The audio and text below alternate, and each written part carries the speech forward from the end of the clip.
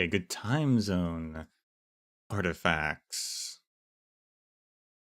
And a happy birthday to all of those around the world.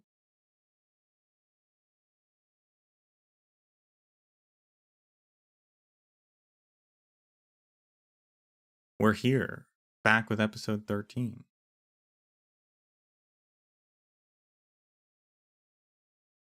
Also, I should have emphasis on should solved the music problem. Fingers crossed. Of course, we never actually ran into ads until Friday. We'll see.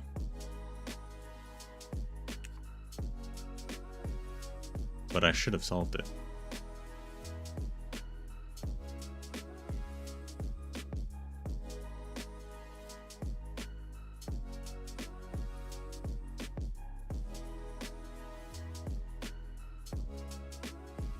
I saw that we got the like animations and stuff for Schweier's new skin. It's very cute.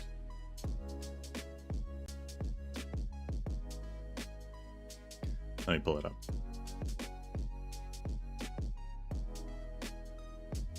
No, actually, I've only seen the idle animation. I've not seen the other stuff actually for it. So this will be a live reaction. But we got the animation, which she summons little pixel versions of the Lungman, the LGD, and Chen and Hoshiguma, which is very cute. Also, she's singing, I guess.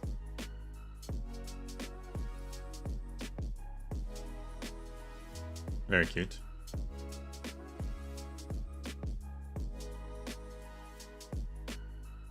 Now, what else do we have?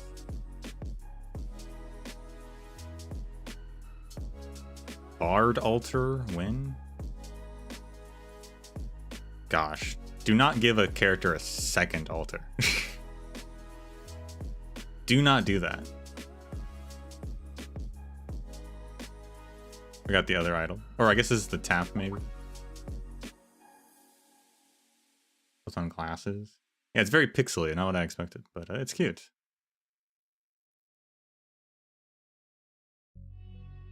The champagne bottles are cat faces? What's going on there?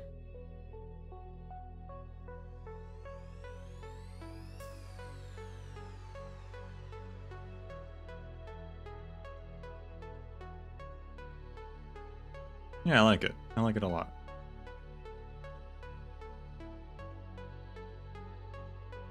For Anya to get all of the classes. I don't think she'd get all the classes. I don't think that makes sense.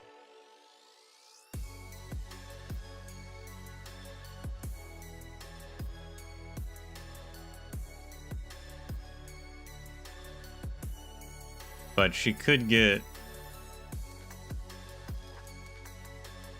She could get another class, I guess. I mean, theoretically, any caster could be any type of caster, right? So, like, she could just be another caster, but that'd be kind of weird, pointless.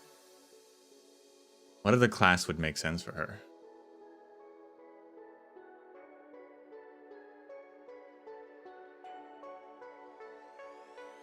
I guess it really just depends on, like, what happens.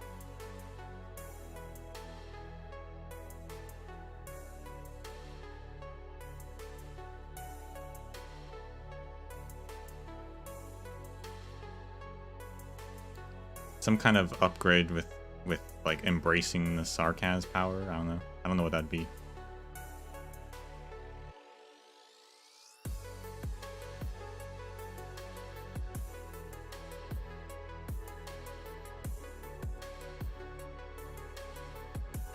Hard to say.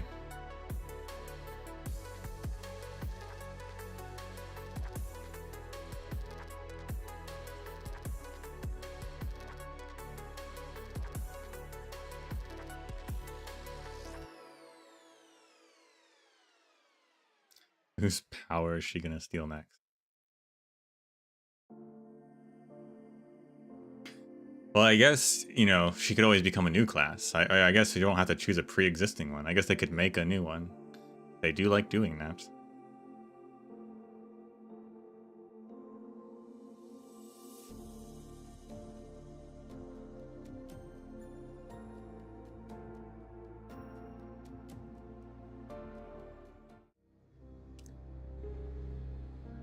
Anywho,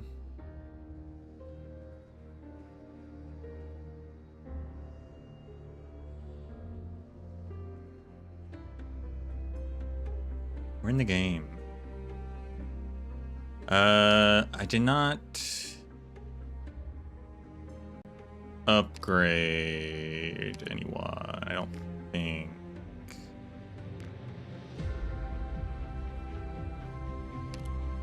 I do have chips. I can make chips for Hodour if we do want to eat to him. I believe I have enough. I don't have those electronic units, but I can probably make them.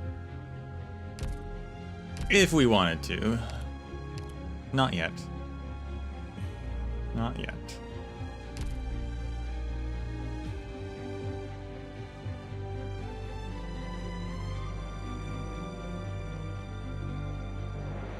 Yeah, I think that was it. I was mainly grinding these, this tactical support thing because I realized mathematically that I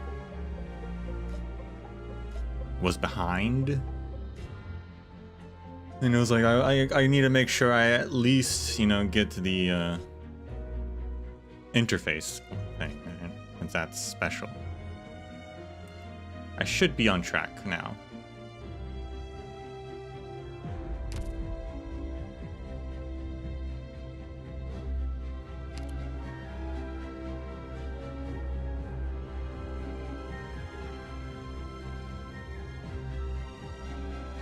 But last time,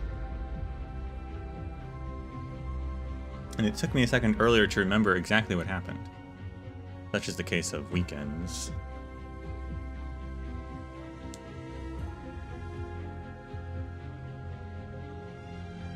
But the dynamic trio, after ending their meeting with Ermengarde, the Lich,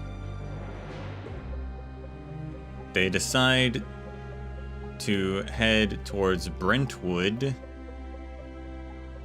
just in the off chance that's where the supply depot of the Sarkaz, of the military commission, was being hidden, even though it seemed like it probably shouldn't have been. But lo and behold, it was. Wow. And that's where they make a shocking discovery. The Sarkaz have been utilizing the power of a Farenmut to transport supplies through time, question mark? The Farenmut's powers is time and space. Also, it's an undead whale.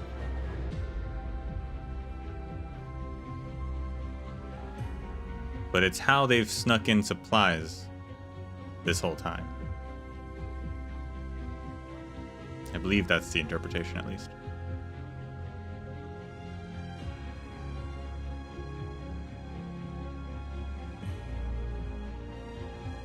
And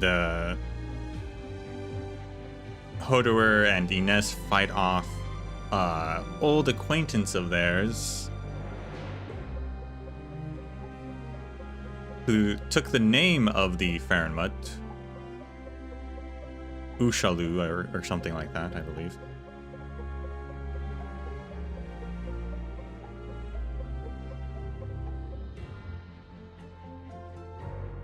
Meanwhile,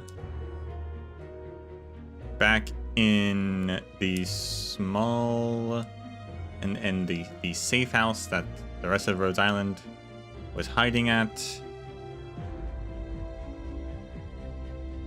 we start catching up with Shining and Nightingale and Calcit, and they get attacked by the Confessarius and Salus. And we learn that the Confessarius are trying to steal the King of Sarkaz's powers for themselves. They've been pretty much collecting all the different Sarkaz powers, and you know, the big one, of course, is the King of Sarkaz.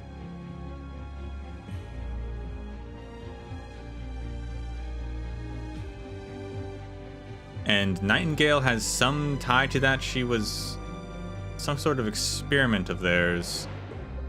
Isn't supposed to actually be like a person, but Shining made her into a person. Potentially the vessel for their own vessel for the King of Sarkaz. I'm not 100% certain.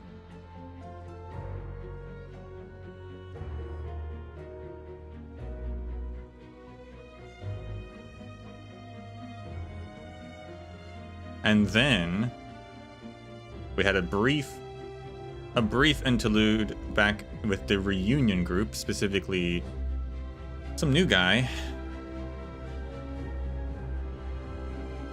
I think they probably gave his name, I don't remember it. But some new guy who appears to just be a normal, down on his luck dude, helping out reunion, except Tallulah recognizes him. He's not normal. He's apparently, at least a century or so old.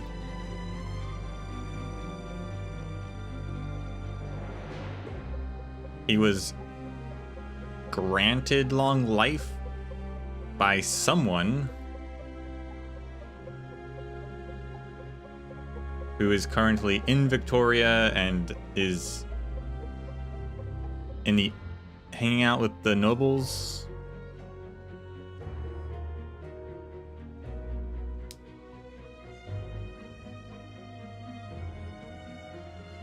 And they talk, and like Tallulah's like, oh, why are you hiding it? And he's like, I'm not really hiding it. I'm just like, and I'm not after anything. He does just want to be a dude, a normal dude.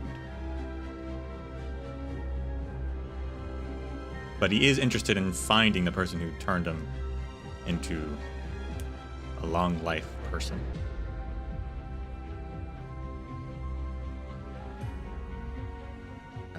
But I feel like that storyline, I'm not sure if that storyline is actually going to be like how prevalent that's going to be. It feels like it's a side thing they might veer off to. Who knows? I don't know. That was just a whole new thing that happened. And I believe that was everything.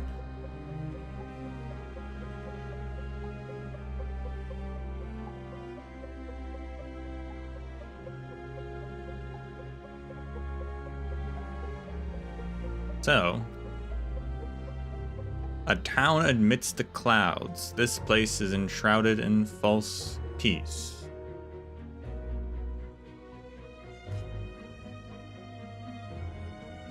We're back at the Farrenwood place. Or I guess we never left, technically.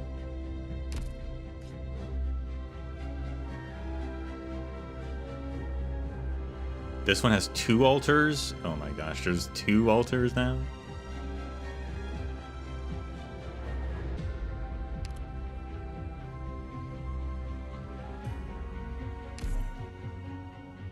How many altars can you have?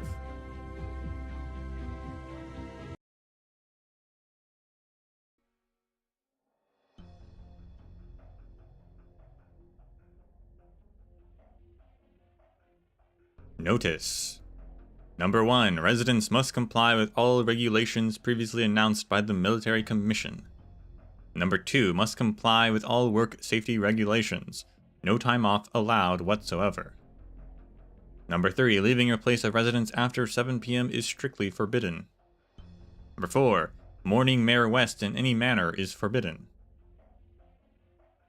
Acting Mayor of Brentwood. Frida West.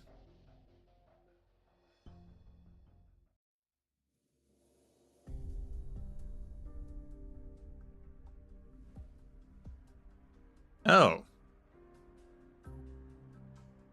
What a surprise. One of the new characters, actually in the main story even.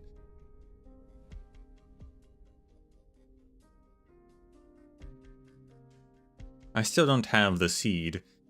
Can we still have those flowers ready by next year's harvest festival? I don't want my family's traditions to die in my hands. Magdalene.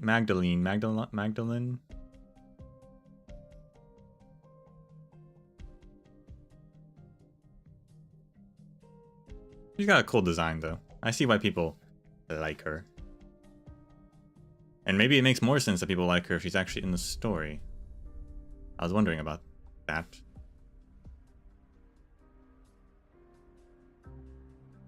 Come in. Good morning, Magdalene.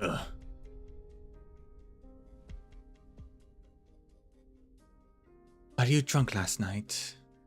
Old Hank and I had a teeny taste of the mayor's leftover booze. I'll let you in on a little secret.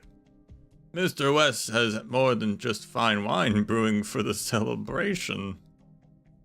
He was hiding a whole cannon behind our backs. The last time I saw one of those, it was the harvest when we were 10. I'll definitely invite you to a dance during the gun salute at next year's harvest, Magdalene. You're still really drunk, you know what? You know that. I just hope the flash powder hasn't gotten wet with all the barrels it was stored alongside. It'll only be a few more days. Once we're finished with the bloody thing the devils have us building, they'll leave us alone. Then when the time comes for next year's harvest festival, we'll get to celebrate the return of our normal lives all night long. When did you start hanging clocks in the greenhouse?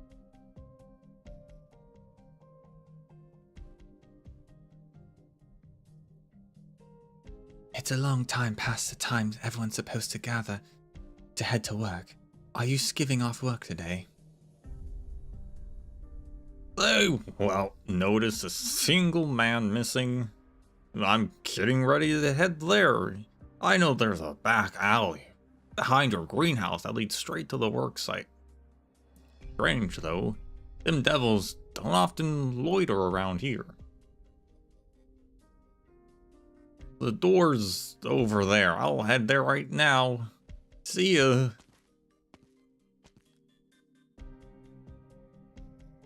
Wait, Will, don't open the door. Watch out. Oh, Magdalene, did a flower pot crack my skull open? Nothing happened. You're still drunk. The door outside is that way. I'll take you to the worksite. Alright, I gotta remember to bring a bouquet to mourn Mr. West. It's a shame he didn't get to taste the wine he was brewing. You didn't see the notice they put up today? What notice? Never mind. Take this flower. Those are just oranginium crystals. Brentwood has visibly deteriorated over the last few years. Although Mayor West racked his brains to try and turn things around, his ideas all yielded little results. Though caravans once visited in droves, none of them are willing to visit this forgotten town anymore.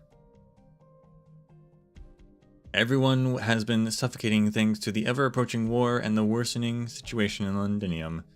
2 weeks ago, all of us gathered at the top of the town hall tower and saw a catastrophe cloud rising into the sky in Londinium's direction. Mayor West hesitated for half a day and gave up on sending a team to Londinium to find out what happened. There are only the rumors that war has broken out. It was only when the Sarkaz came that the town regained its former vigor. They hired all of us with food. Everyone scrambled to line up for work day after day and gave everything their all in exchange for the limited food there is. We're all very industrious. In a few short weeks, the thing that they had us build is already starting to take shape. With the promise of survival dangling in front of us, we strained to forget how Mr. West died. If there's no one working the farms anymore, then what is the harvest festival that everyone is so looking forward to actually celebrating?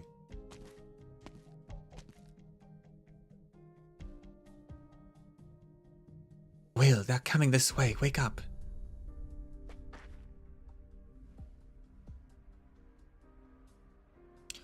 The new mayor is not looking great.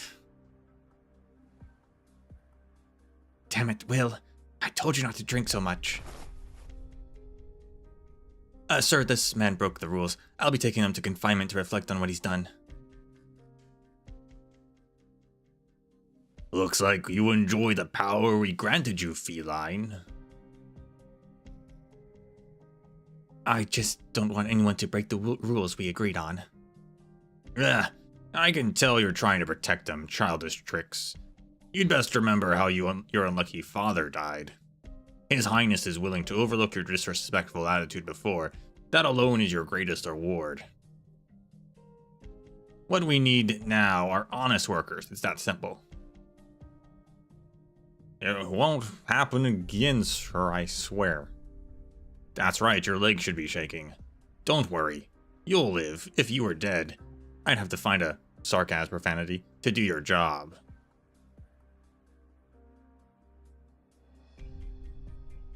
I'll keep an eye on him. I promise there'll be no delays. Better not be. I don't care who picks up his slack as long as one of you does. Not you. Now get back to except that person. Now get back to your post. I don't want the boss to chew me out. Graham.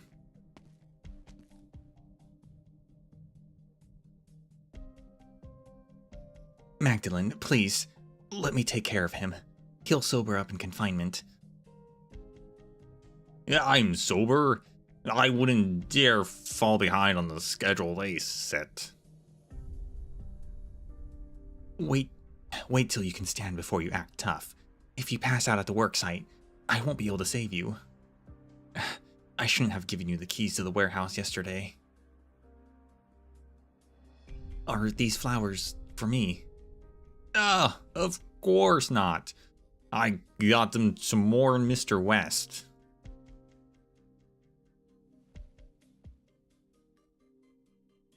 You didn't see the notice I put out today. You had too much to drink yesterday, so... Sorry, Frida. I was only gonna have a little sip. But that bastard Tom started spouting nonsense. He says you're a haughty traitor riding the devil's coattails.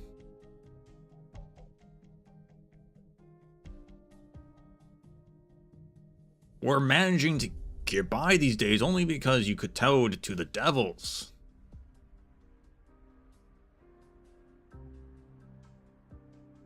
Old Hinnick and I were pissed off. We challenged the bastard to some drinking games and got a little garrulous and didn't stop. What they think doesn't matter. Never mind. Give me the flowers. Let me thank you in my father's place.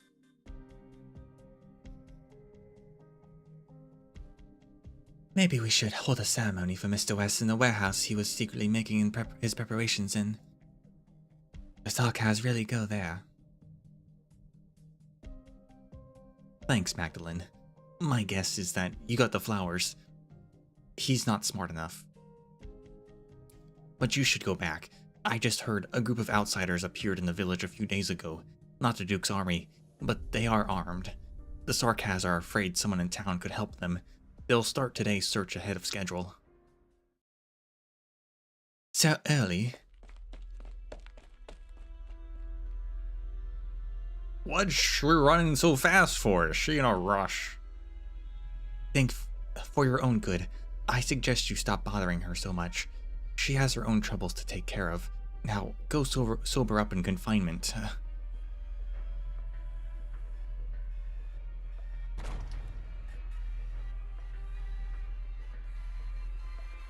Royal Court Junior Officer. My men saw you at the worksite, gardener. Do not exhaust my trust in you. How can I get rid of him? I hope he hasn't found anything. You hung up the clock I gave you. Very good. That'll help you remember your work hours and not to leave your post. He's got mud on his hands. Did he turn my daisies soil? I didn't give my subordinates permission to muck around with your greenhouse. Huh. You might as well just search out in the open. No need to be so cautious about me. Or are you trying to look for these? Phew, good thing it's just those seeds. These seeds are not on my list of approved transactions. I don't care how you got your hands on these, but I suggest you knock it off with those stupid ideas. From today onwards, we'll deal with any suspicious individuals directly. Why am I even telling you this? Anyway, you'd better stay in line. Don't do anything stupid. It's so quiet, it's eerie. Should I turn around and look? I like the flowers you're growing. These roses, we don't have them in Kasdal. There's a battle. I need to leave town, and I won't be back so often anymore. You must be happy about that. Send these flowers to my tent later, gardener. This coin is my down payment. One last word of advice, don't go near the worksite at the center of the town. These scary men are interested in such fragile flowers. Oh, my roses. The white petals are stained in red blood. Was his hand pricked by the thorns? He didn't feel any pain. Weird sarcasm. Weird a lot of things, honestly. Oh no. It's safe now. Are you all okay? Oh. Oh, okay.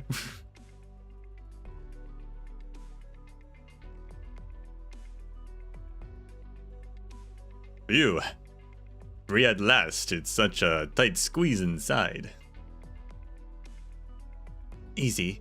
You were just about ready to fight him, weren't you? I know we can't bring trouble so soon. Sorry, Rock. And... I'm Feist. I didn't expect them to start looking so early today. I heard there's a group of armed militants outside of town. The two of them look at each other. We're sorry for all the trouble. Magdalene, right? Things here are a little not like what we expected. The situation's a bit awful, I suppose, but there's a surface-level peace maintained here. Do the villagers serve the Sarkaz? Rock. Although the face of the young man Feist shows many signs of battle weathering, I can nonetheless see a fearless courage in his clear eyes. Rock seems to be his partner. I can imagine the two of them fighting alongside each other.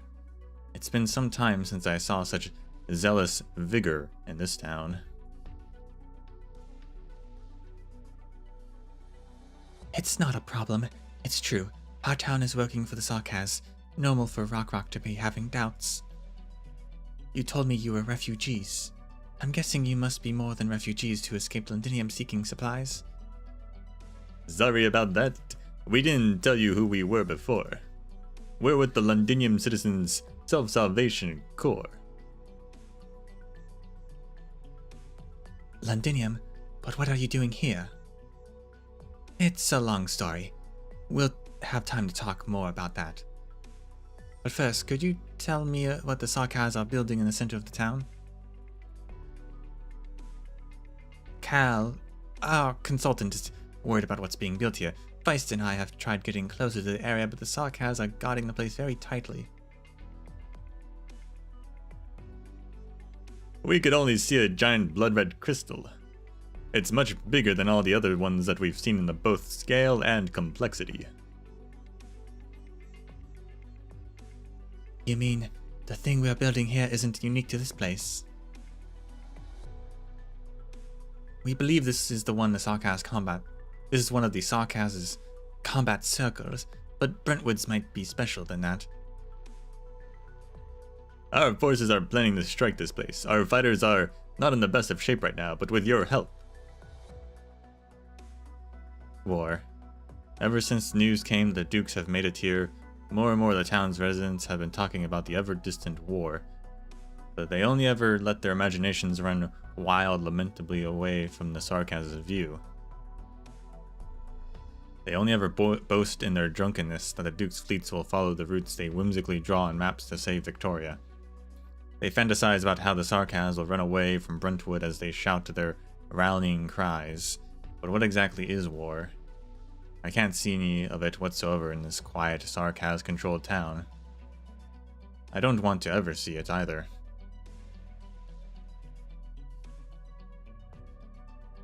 The Sarkaz are going to be leaving very soon. There's nothing that they could want in our town. Feist, Rock, you two should be on your way soon. It's dangerous outside to be here. Or dangerous for outsiders to be here. You can take the alley behind the greenhouse. The Sarkaz don't patrol that area. Even though Brentwood isn't at the forefront of the conflict between the Dukes and the Sarkaz, the situation here isn't normal at all. Whether it's the change in the movement of supplies or Brentwood for the last couple years, and the almost intentionally ignored geographical location, and the enormous arcs node you're building.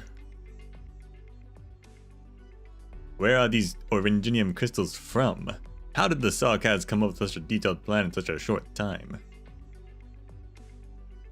This is a little embarrassing, but we still don't know exactly what the Sarkaz are trying to do. That's not a good thing. Magdalene, if you could help persuade everyone to help, we still have a chance to stop them.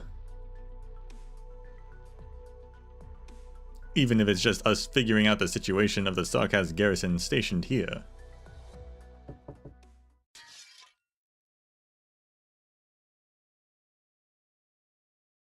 You can stop hiding. Hello, Self-Salvation Corps. Feist, the evacuation route we're planning to take is still open. Let's see how this plays out. We can't just give up this chance to get them on our side. If Dr. Calzet is right, the military commission is planning here has to be extremely important. Relax. I was just passing by and thought I would thank my friend. Magdalene, Will said he forgot to say thank you, and asked me to thank you in his stead. He's always had those unrealistic fantasies ever since he was a kid. This doesn't feel quite right. It sounds like Will is the drunkard who almost opened the cupboard we were hiding in.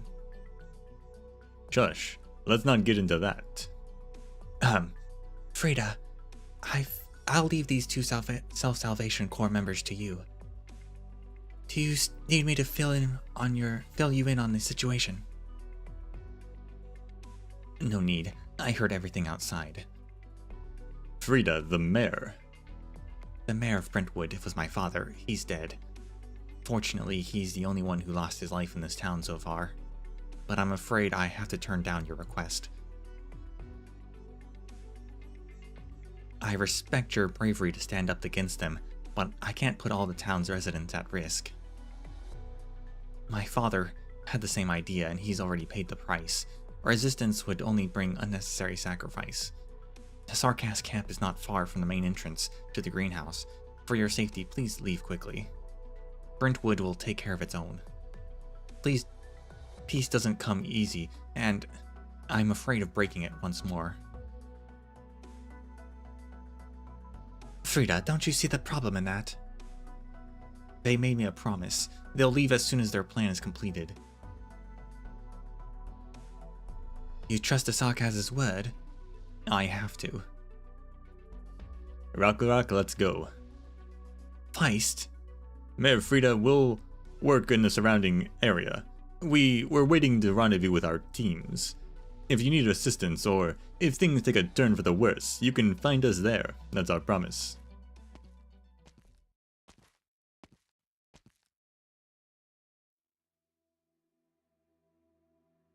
Self-Salvation Corps. No, never mind. Frida and I don't actually know each other too well. She has always been fairly asocial. If it wasn't for Will making all kinds of excuses to drag Frida here to buy flowers from me, I likely would never have ever even known her. Perhaps, like everyone else, I would have seen her as a crazed lunatic who's slaving away for the Sarkaz and dragged everyone else into that along with her. I could even have forgotten that she's the same age as me.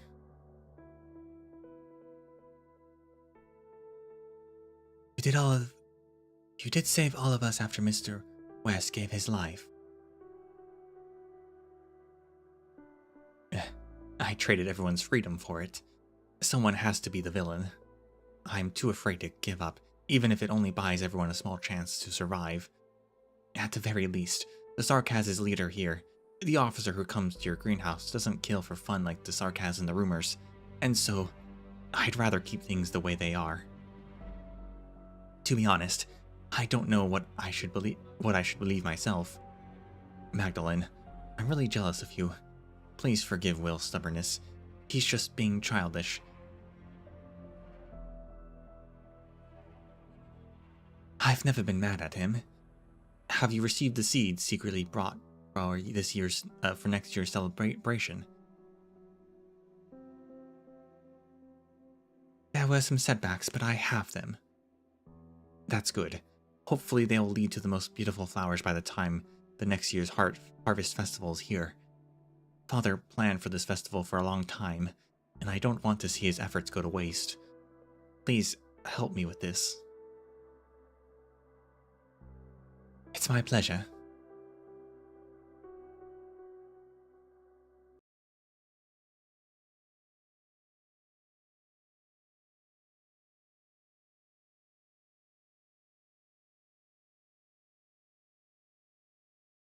So we've caught up with everyone now, but still no Steam Night. Did I imagine that happening?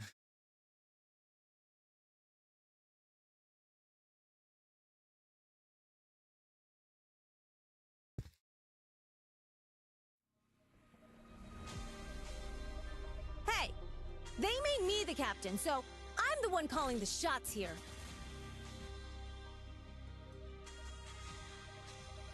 Can your eyes keep up?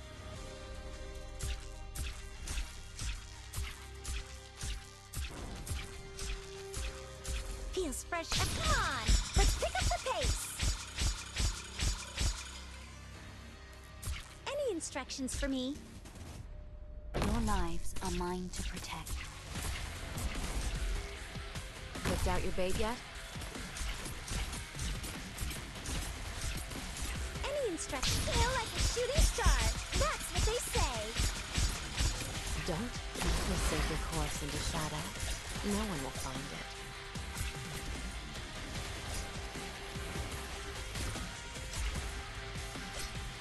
Magical strategy. But, oh, there's another lane already. Any instructions? Feel like a shooting star. That's what they say. Stay calm. I'm prepared for lives. Now ignited. The battlefields all around us. A fine opportunity. Better watch your step. Okay, that thing's not moving. Texas, it's your turn.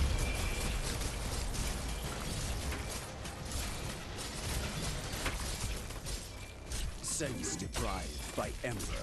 Need speed to succeed.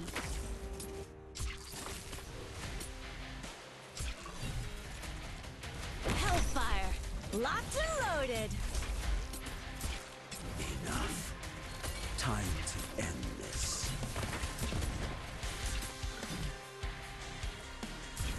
Oh, that's another landing point. Okay, I don't need the other one then. Any instructions? Ah, losing sight? I see.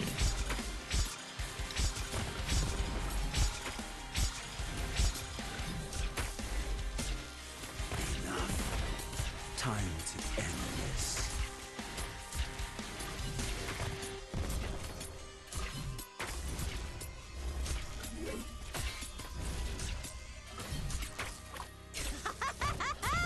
Keep screaming! Got a problem that needs solving?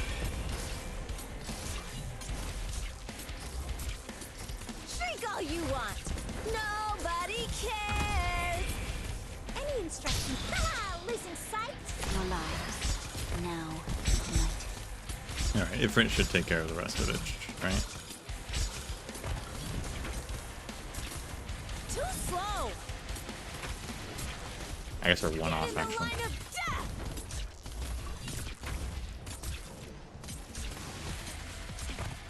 Got a problem that needs solving? Oh yeah, and those guys block. Keep screaming! Need But, speed. and they block adjacent. Ugh.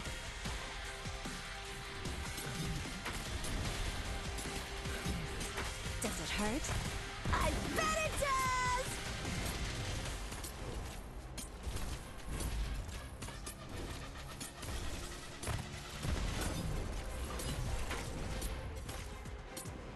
This will keep you quiet.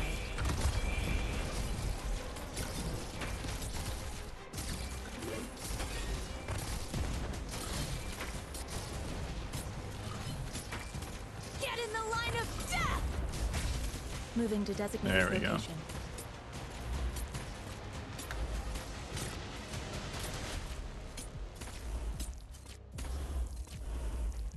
Mission accomplished.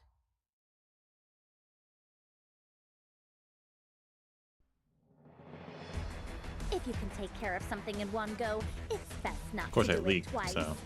Keep your costs under control.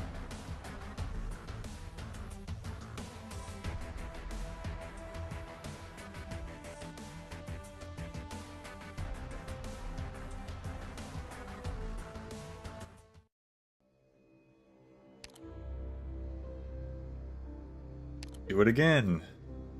No after story, so that's quick.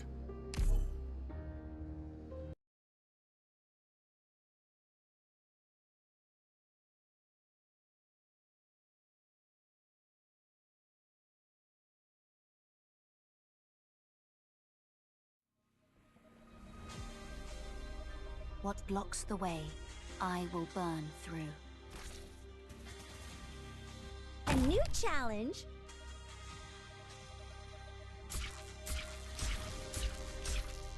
Your lives are mine to protect.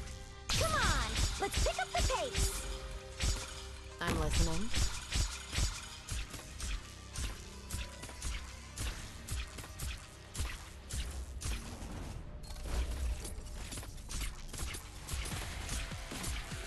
Feels fresh. Come on, let's pick up the pace.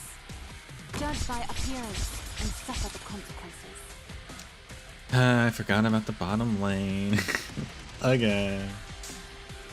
Here, we can text this. We can text. That's okay. So nothing. Hide your fear. Moving to designated location. Order acknowledged. Feels fresh every feels bad to lose your target, doesn't it? I pass on your last words. No. Hesitancy is what do not disregard me. Deploying. Moving to designated location. Any instruction feels bad to lose your target, doesn't it? This endless burn. Leave not there. That was close. Oh, that was so close. The battlefield's all around you. Where do you think you're running? Get Ifrit out here. Hellfire, locked and loaded. I see them. I'll be right back.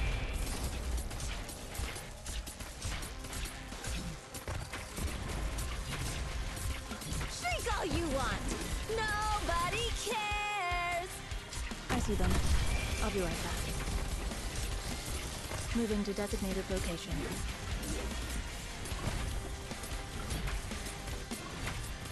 I was blinded by hatred. Where do you wish to see your lives? Now ignited. We're gonna get rid of both of them at the same time this time. Save ourselves some trouble. Need speed to succeed. Feels fresh. Come on, let's pick up the pace.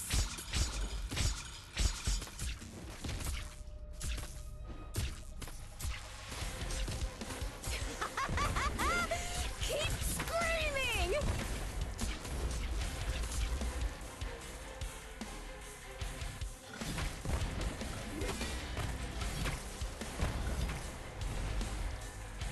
That's bien.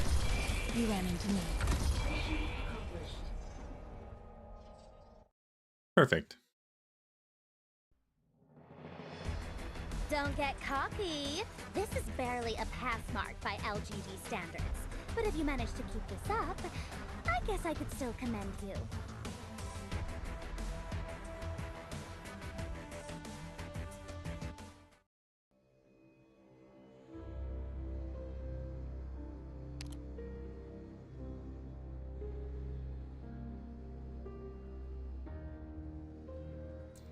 Yay, more happy Windermere family.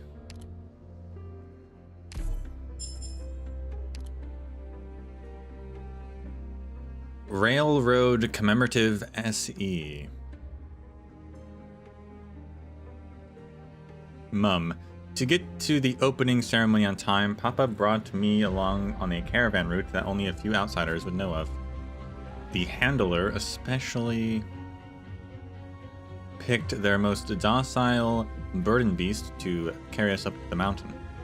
And we had to nestle in 2 large saddlebags on its back. It was so cramped, but it was a really interesting experience too. I even learned that some burden beasts can drag a sled full of goods with their tails while carrying 3 to 4 people. I couldn't believe my eyes. This trip has not only corrected many of my misconceptions of Yerig, but helped me understand some of the other things too. The backward and isolationist Yerig exist only in the imaginations of those who understand Terra solely from the papers. In reality, things have always been changing across this beautiful land.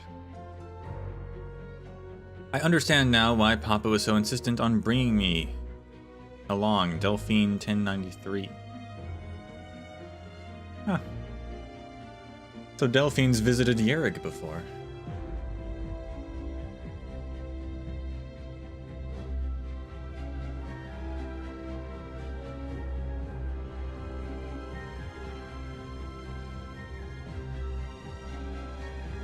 And not actually that long ago either.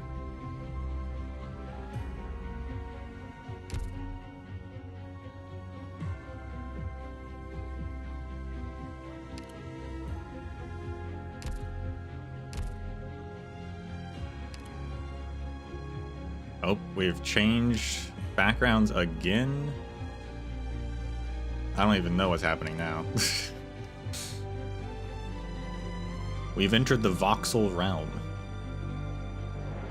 What's the current year? 97 maybe?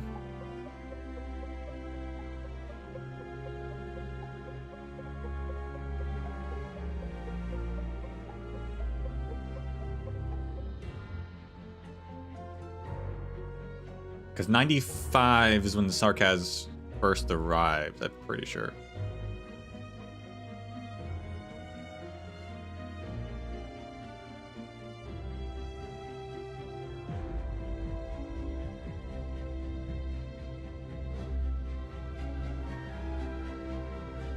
Shattered greenhouse. In the midst of a war, how luxurious a wisp of hope harbored by a tiny greenhouse is.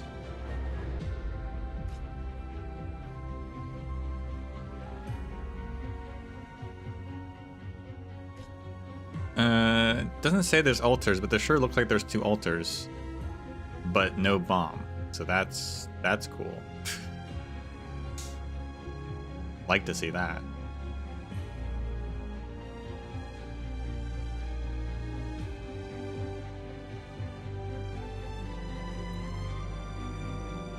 There are 2 holes if you wanted to push people, though. They're pretty full up.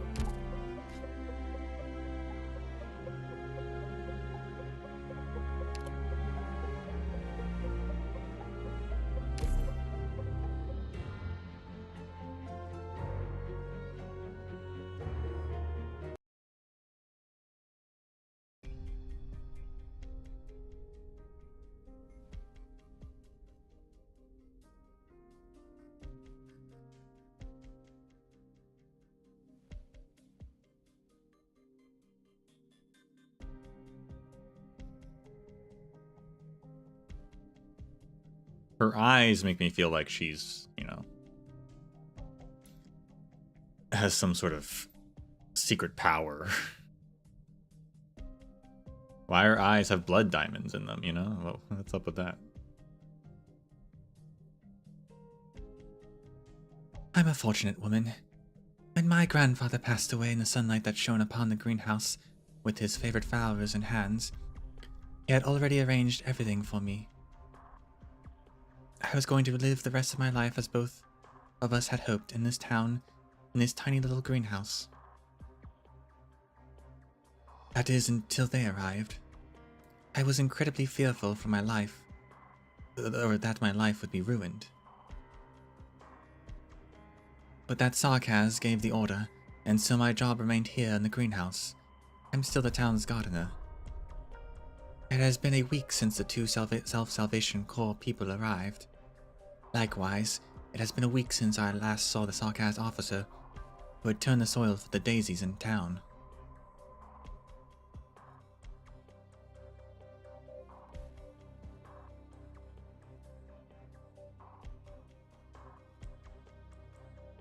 Yeah, she did get lucky.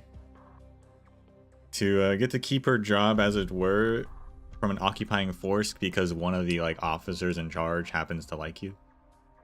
Very lucky. Good afternoon, Magdalene. Your flowers look just as beautiful as always. Thanks, Hank. Have you seen Will? I'm looking for him. He ordered some flowers the first thing in this morning, but he still hasn't come to pick them up even though it's afternoon already. Will ordered flowers? They must be for Frida's birthday. He ditched right around noon. Most likely he left to prepare whatever surprise he has in store for Frida. Don't worry, he'll remember once Frida gives him a scolding. Everyone seems very exhausted. I've been hearing noises around the worksite at night. Has no one been getting any proper rest? The devils are apparently trying to show off for somebody. They're working us to the bone like there's no tomorrow. I haven't seen any bigwigs visiting either. You're really lucky that you were given a decent job and don't have to suffer like us. I didn't expect us to finish building this thing in a month just by gritting our teeth a little. It's a nice miracle. I'm willing to bet that before the Londinium lords would have hauled all this to their museums.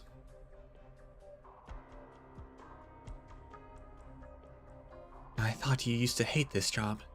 Magdalene, the world has changed. You should try and get on this Sarkaz officer's good side too. You have nothing to lose, pet. Thanks for the advice. I'll think it over. Hank's suggestions are always so sincere, but his idea has left me terrified. At night, whenever I can't sleep, I'm kept awake by the noise coming from the square, as though there's an iron hammer striking my head repeatedly. And occasionally, I'm jolted awake from my dreams by those strange rocks. I can't help but think back on the worries of those 2 Self-Salvation Corps people a week ago. Perhaps the Sarkaz changed more than just the way we live.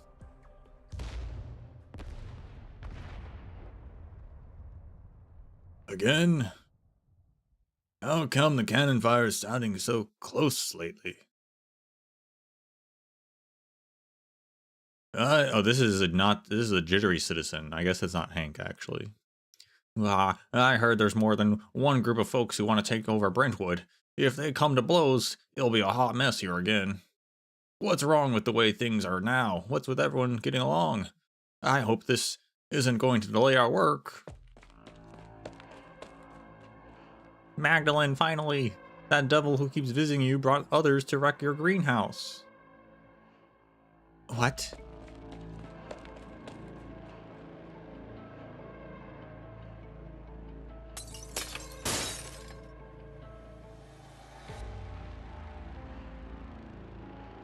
Are you done? I said it's impossible for those Victorians to be hiding here. That's not for you to say. This house is clearly useless, and it's only still standing because you insisted on keeping it around. Who knows what you might be hiding here? Yeah, we're all fighting to the death for His Royal Highness. But thanks to you and how weak you are, we've been letting chance after chance go to waste. Crazy that the mercenary is like pulling rank over the junior officer, in a sense. Maybe not pulling rank, but has been sent to, well, I guess, I don't know. I can't think of the word. The word is gone. Watch your tone, mercenary. I'm still a member of the Royal Court and commander here. Relax. If I find any guerrillas hiding here, I'll off you immediately and apply to join the Royal Court on the achievement. Now lose that pacifism of yours. I'm getting sick of it.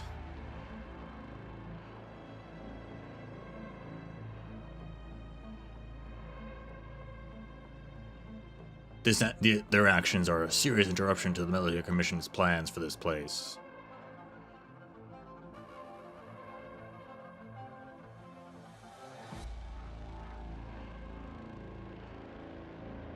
Infighting. Yeah, he's like this. The mercenary is, even though he's a mercenary, he's like trying to be more, I guess, loyal. Even though that guy's not disloyal, but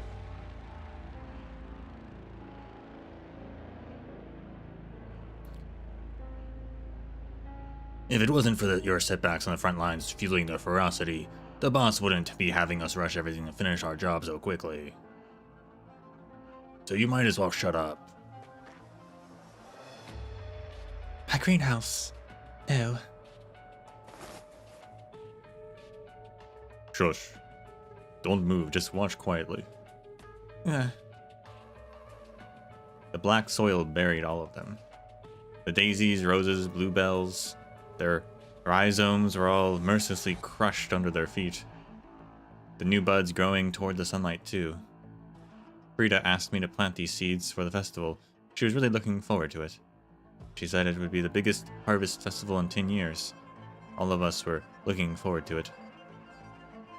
But now the new buds are no more. Relax, your fingers are bleeding. Don't try to break free. I'm saving your life, gardener. Let her come. Better that she wants to fight. That way I can just kill her and finish this right here and now. You're too soft on this town, Commander. Glaring won't kill me. Ugh, what a drag. Flowers mean nothing to this war. Armories, explosives, incinerators, that's what you really need. The very last new buds are crushed. Grandfather, we won't have fresh flowers during next year's harvest festival. Not anymore. Let me go. I'm calm. Have you found what you're looking for? Count yourself lucky that I didn't. Then please leave. Heh. I thought you'd have a bit more guts than those idiots at the worksite. Heh. Victorians.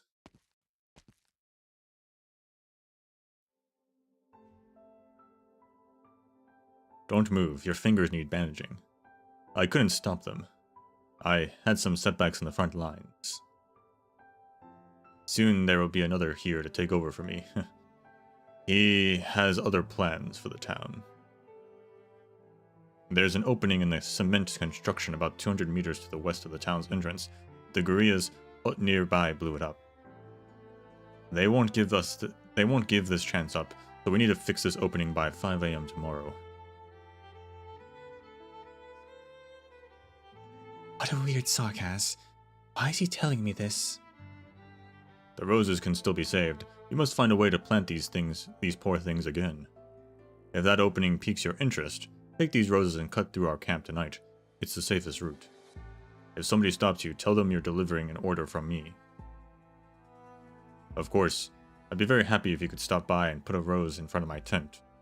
Some things should never be ruined, gardener.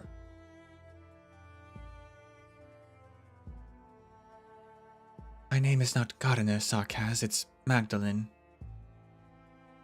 Then let us reintroduce ourselves. My name is Shovel. Shovel? Remember, Magdalene, time waits for no one.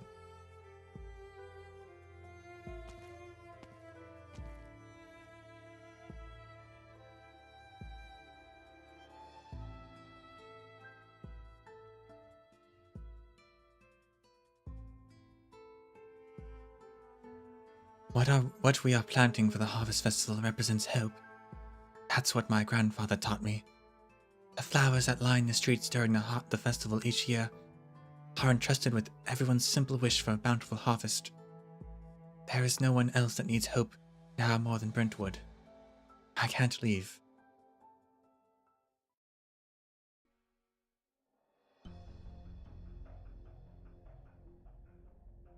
Yeah, if she got caught, I doubt they'd be like, oh, okay, the commander. Okay, sure.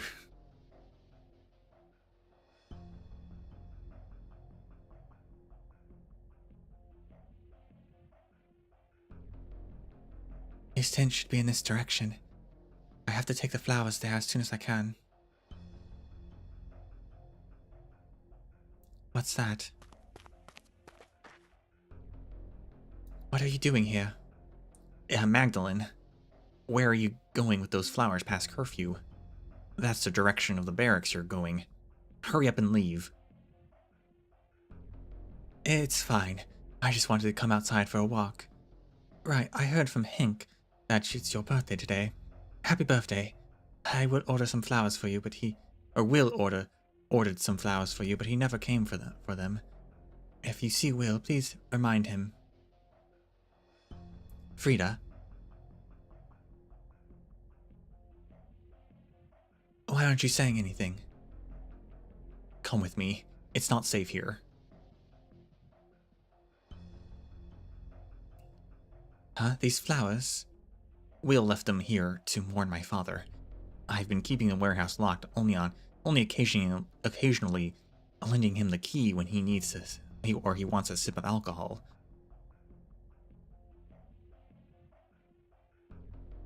Cannons here. Did Mr. West prepare them for the festival? How magnificent. It's all my fault. Did something happen to him? He was stopped by the devils at the Sarkaz barracks just now. He came to me earlier than usual for some sort of surprise, and when he found out that I was going to the barracks to report on our progress, he said he'd escort me there.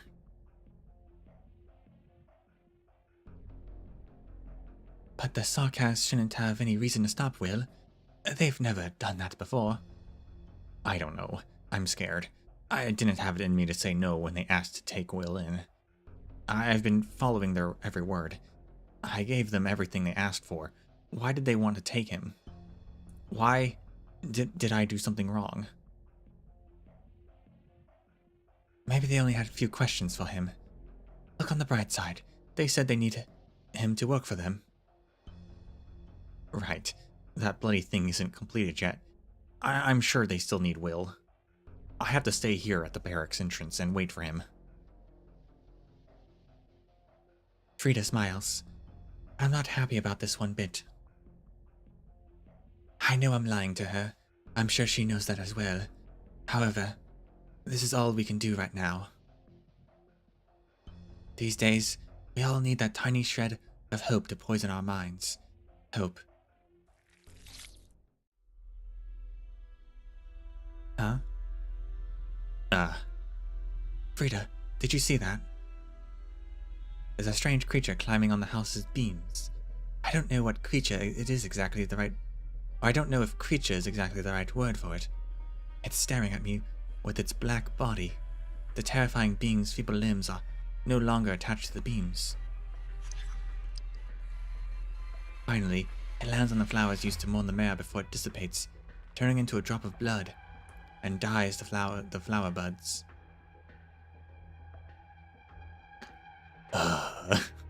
Is it a vampire that's coming here?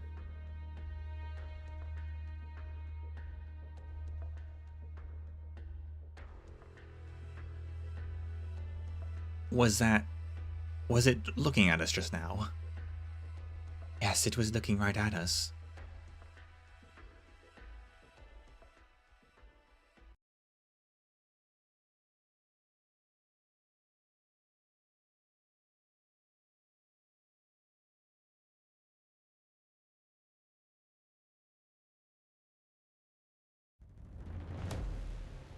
Let's see.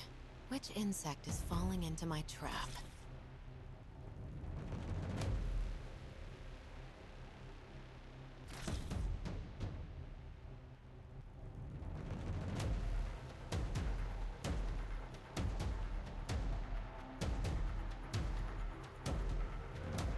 A new challenge. Yeah, so the altars, but no actual bombs.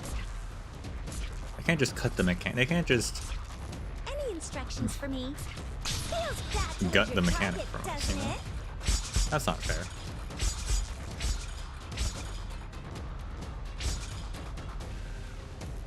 Please, trust in me.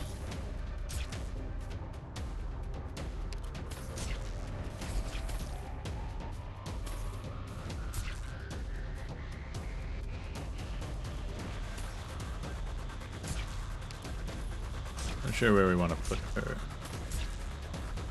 Actually, maybe we'll do W there. Yeah, I like I'm in that. a good mood. Sucks to be you. Yeah, there's holes. But I decided Any not to bring instructions from- Come on, let's pick up the pace. Pusher.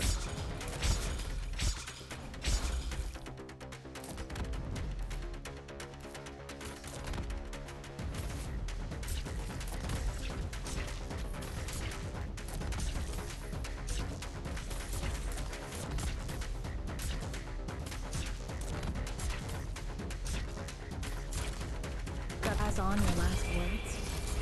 No. Nope. I'll have to break those. There's two of them, so it's happening faster than I expect. Hellfire. Locked in. Try to take a step. Stay calm. Get in the line of death.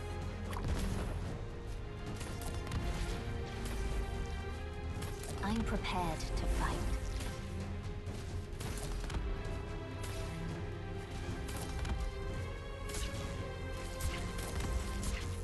Feels fresh every. Come on, let's pick up the pace. No need to panic.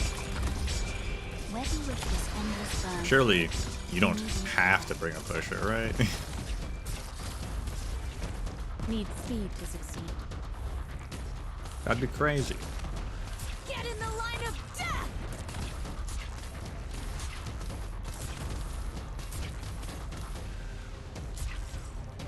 With all of you behind me, I won't take a single kill like a shooting stick. Yes. Is this potato a bomb? Keep They're not budging us. Need speed to succeed. Last level I was actually able to kill. These ones are not dying.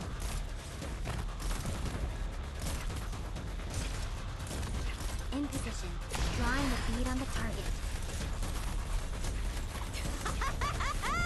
Keep screaming! Feels fresh every time. Ah, losing sight.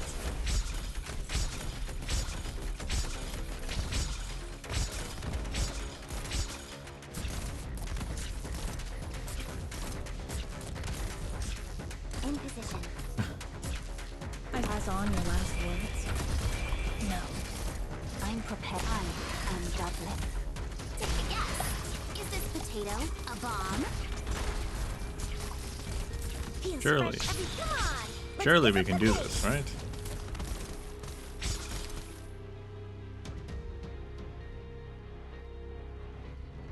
Yeah, I'm trying to break them. But that's what I was saying is they feel, it's not working out too well. I think the two towers are too quick.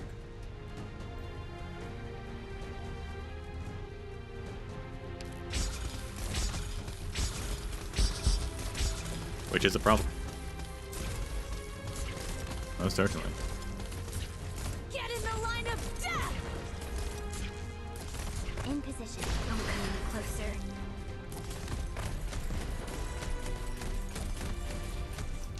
Got a problem that needs solving? You saw nothing. Yeah, I wouldn't move that foot if I were you. Moving to designated location. Does it hurt? I bet it does! I think Ifrit has killed some of them. Which is good. Where do you wish I am Dublin? Come on! Let's pick up the pace!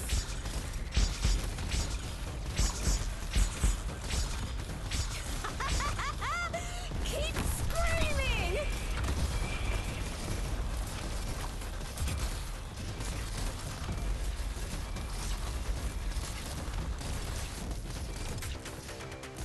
Need speed to succeed. The plan is try to take a step. Feels fresh every time. Come on! Let's pick up the... Don't come any closer.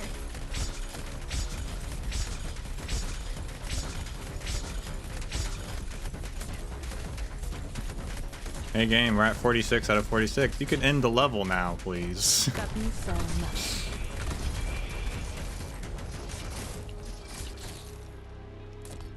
Radical strategy. But I can watch this endless burn. You could end it now. Need speed to succeed. Any instructions tail like a shooting star. That's what they say. I'd really like you to end it. ちょっとからかってあげようっと。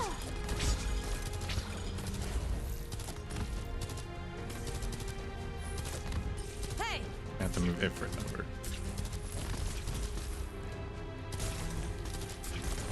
The plan is to try to take a step. Got you. Hesitancy is forbidden. You picked the wrong. Haha, losing sight. Need speed to succeed.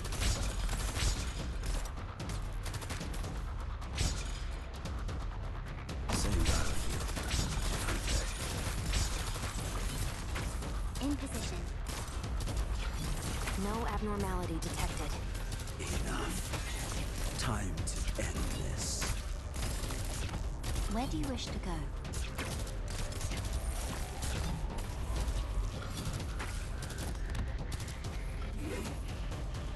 But this will keep you quiet. I wouldn't move that foot if I am Dublin. trying to feed on the target.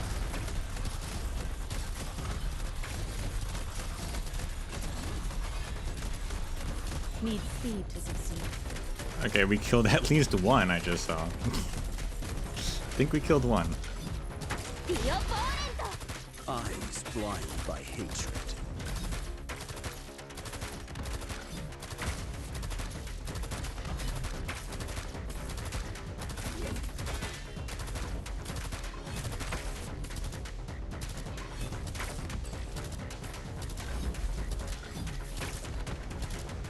The battlefield's all. I wouldn't move that foot if I were you. I see them. I'll be right back. Feels fresh every... Come on! Let's pick up the pace! Endless burn. You picked the wrong foe. Alright, that was another one. That was two, I think, even. Eliminated. That's good.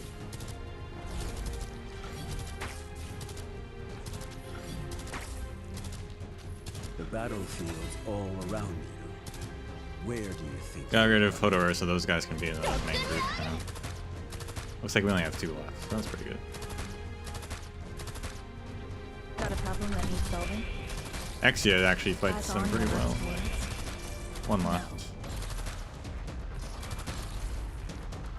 Need speed to succeed. Alright, it is possible. Just The plan is 3, 1. takes a lot. Boom! I'm prepared. This endless burn. You needn't bear. Got pass on your last word. Don't come any closer. Mission accomplished. Wow.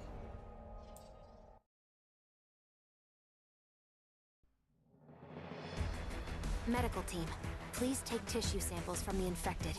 We need to see the composition of the infection in this area.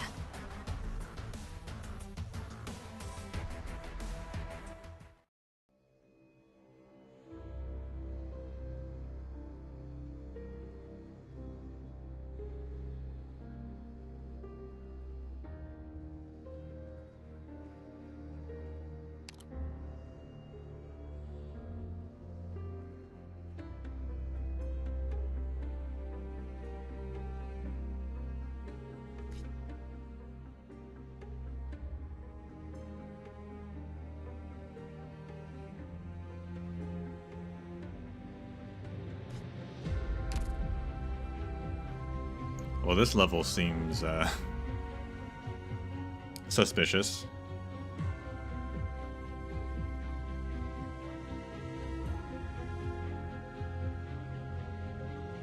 In Carcass Bones, before us are the Sarkaz elite troops guarding the Farenmut skeleton.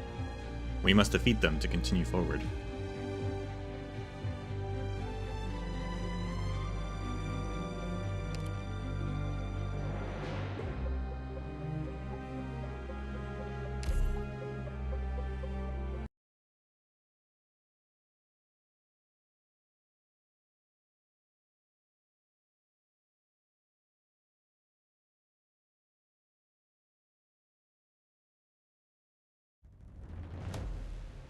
Embers will hide our footsteps. Okay. Okay, new guy. We aren't gonna be told what he does. Observe and Oh, determine there the we go. form of infection. That was too quick. Such data will be useful Bone for Guard research. Flayer, a professional arm master who protects the Farenmut's skeleton. When surrounded, friendly units or enemy units are defeated, recovers a certain amount of HP and gains increased attack. When defeated, it leaves behind 2 amber. So it gets stronger the more other people you kill.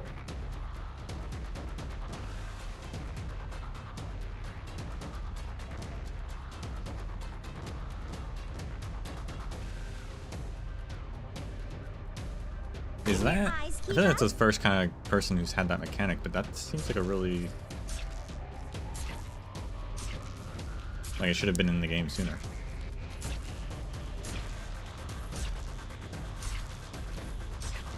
Order acknowledged. But this will keep you quiet. Any instructions? Ah, losing sight?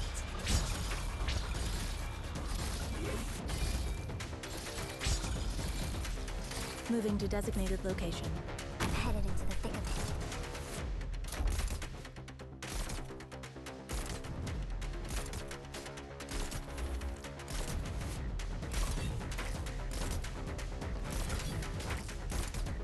In position. Your guys. Target. Kill like a shooting star. That's what they say.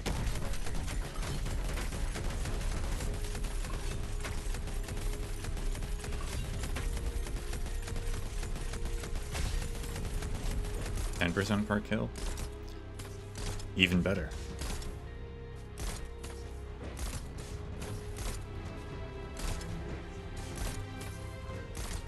They heal 15, okay.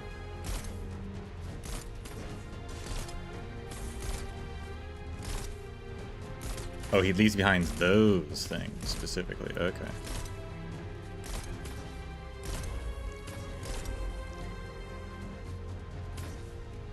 Hellfire!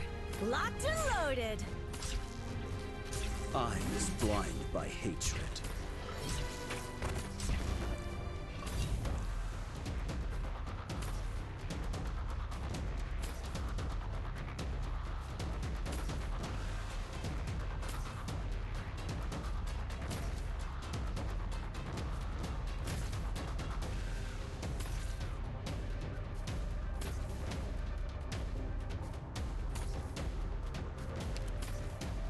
Let us speed this up.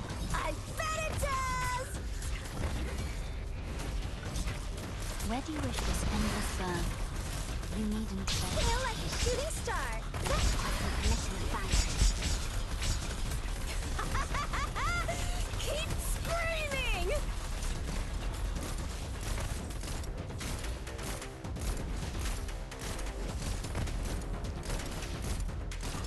Enemy strike feels bad to lose your targets, doesn't it? Oh, there's that damage. Take all you want. Ow. Nobody cares. Where do you wish this endless burn? You needn't care. Moving to designated location.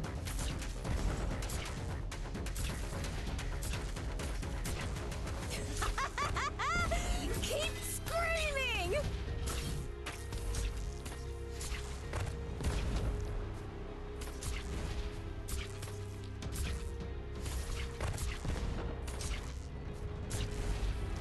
Mission accomplished.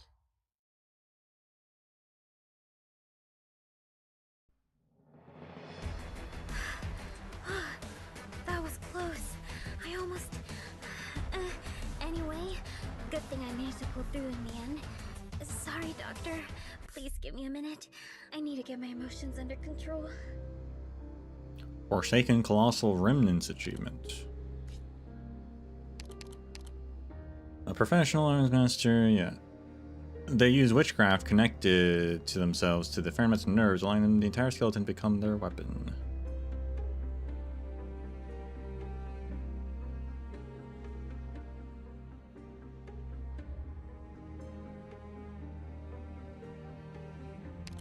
Not very strong. Not sure he's like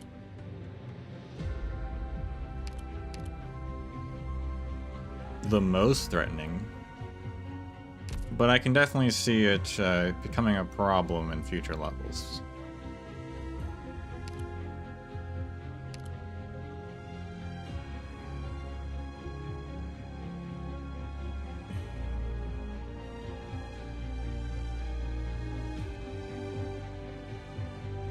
Fireworks Seer Scarlet. And the fireworks no longer represent celebration, and we bid farewell to our former lives. Just one altar this time.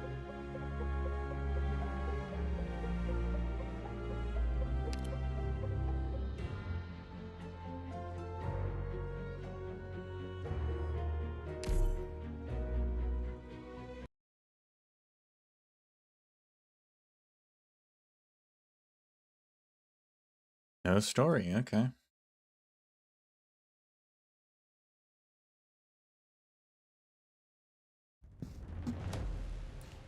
Let's see. Which insect is falling into my Another trap? new guy? Bloodwalker. Cannot be blocked. Collects 5 pieces of amber. When defeated, drops all amber.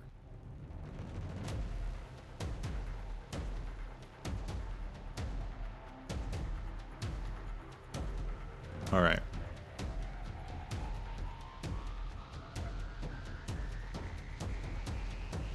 This might be too far.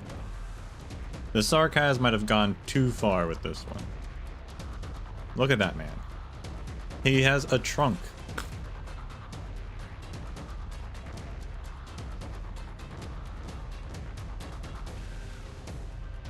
He looks like a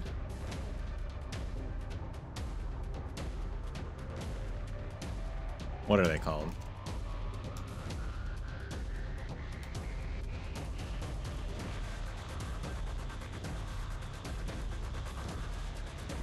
He looks like a Kubaz from Star Wars.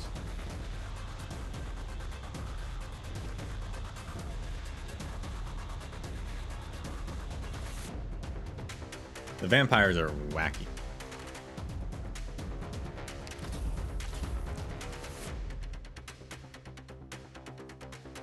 Can your eyes keep up?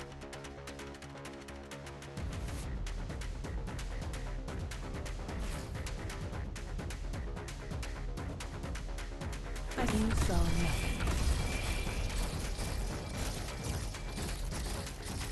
Moving to designated location. Need speed to succeed. picked out your bait yet? Feels fresh. It feels bad to lose your target. Better watch your step. Hellfire. Locked and loaded. Shriek all you want. Nobody cares. Any instructions? Haha! Losing sight. Not really sure I get the point of them either. Like, they pick them up and then drop them, but like, they were already there in the first place, so what's... Shriek all you want. what actually changes? I don't know. Cares. With all of you behind me, I won't take a single step back. Got a boots on. Don't you can't hide your feet. Sail like a shooting star. That's what they say. Moving to designated location. Let's see. Get in the line of death. They're gonna blow up my bomb. My bomb. Feels fresh every time. Come on, let's pick up the pace. Does it hurt? I bet it does. How dare you? Roger, Wilco. Don't come any closer. Got a problem that needs solving? Shriek all you want. Nobody cares. Don't you better watch your step. Whether you would bandage the firelight. Feels fresh. It feels bad to lose your target, doesn't it?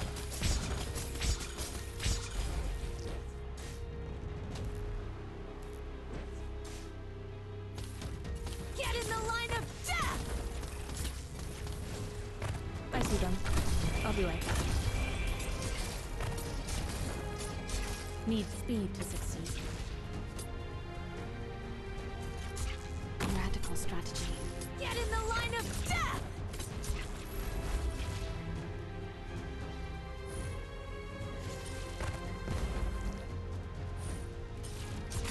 I know what. Try to sink your course into shadow. No one will come. Ah, losing sight!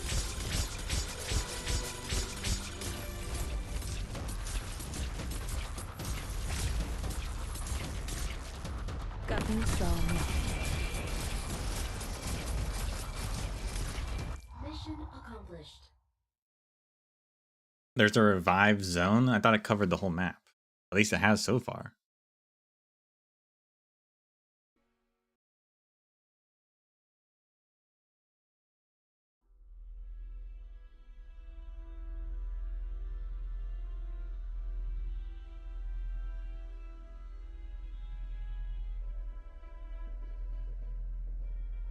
Fear. It's a tolerance that we are naturally born with. Just like how plants are able to adapt to soil that make havoc of their rootstocks. To shatter our will, they'll need to spread a much greater dosage of fear and Brentwood. Frida is the greatest testament. She is so fragile that you could break her simply by bumping into her. But she persisted among that crowd of terrifying men up till now. But I can tell that she needs someone to confide in and vent her fear. Well, he's not mature enough. He's not very likely he would understand how Frida feels. Perhaps I can help her.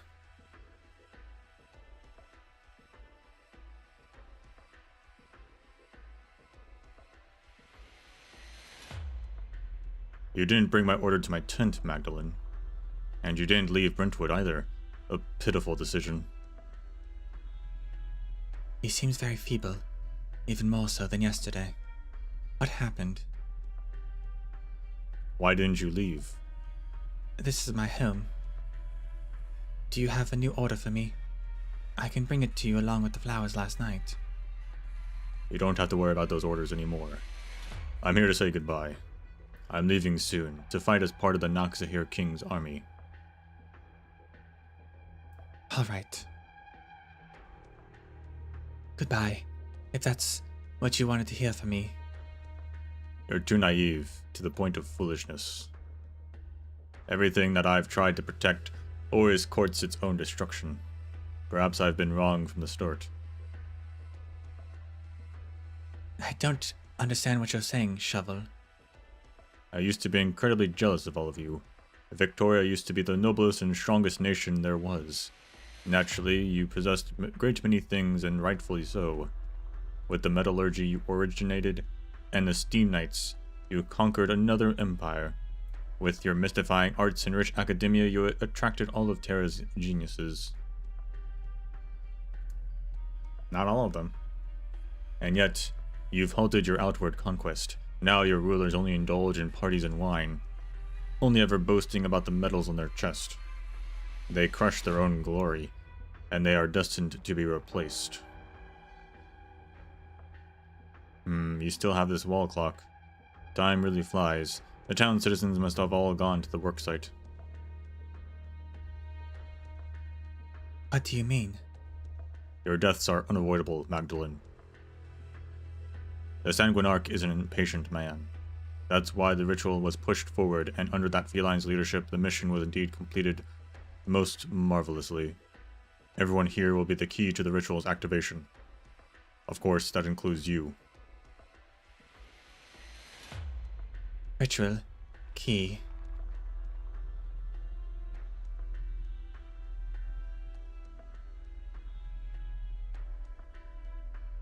He was stopped by those devils at the Sarkaz barracks just now.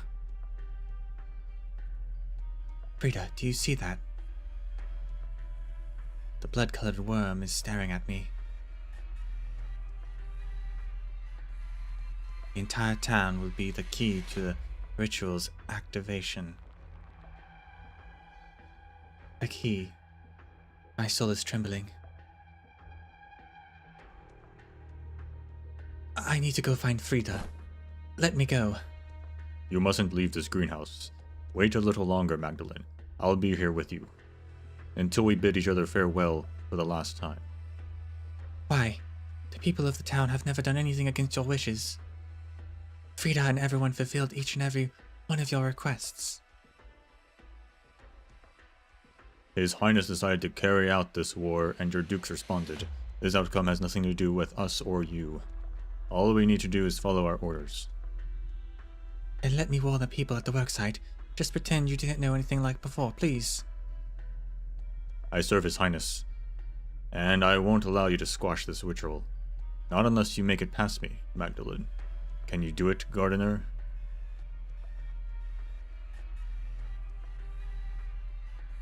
He grabs me by the hand, but places it on a pair of scissors in his hand. There seems to be a ray of longing, of burning in the depths of his ashen eyes. What is this prideful man longing for? Release? Pity? Or is it perhaps that word that I can't bring myself to touch? I notice that even though the two of us have spent a very long time together in this greenhouse, I've never actually truly understand this man. But I have to leave now, just as he said. There is no time. I'm sorry. I can't stand by and watch anymore.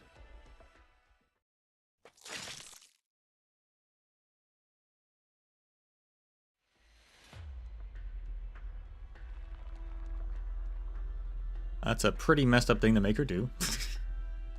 Magdalene, where are you going? Why the rush? Why is that blood in your clothes? Are you okay? It's fine. I cut my finger while pruning branches. Hank, where's Frida? Frida, she came back from the barracks by herself this morning. She went straight to the Sarkaz officers.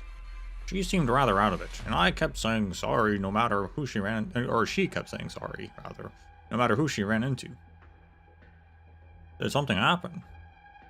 Everyone has to leave this place right now, and the further the better. That's with all you so bloody barmy today. There's no time to explain. I need to tell everyone else. But we're almost finished. Besides, if we ditch work, what are we supposed to do when those officers find us? Fireworks? Where? Who blew that wall open? Is that Frida?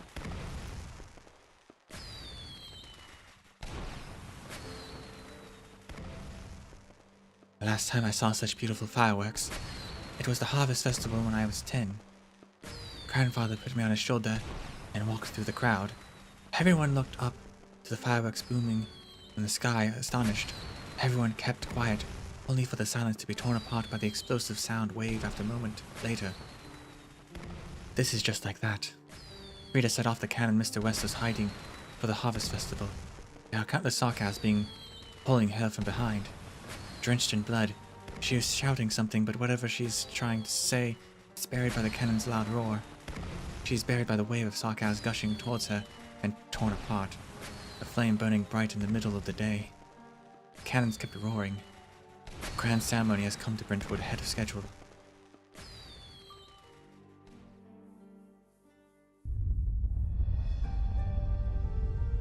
What happened? Is there an earthquake? Run!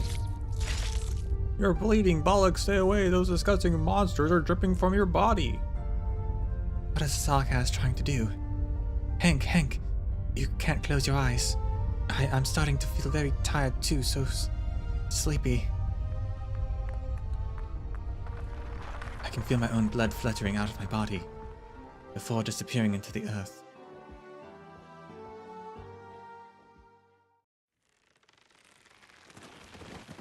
Magdalene, hang in there. Captain, I got her.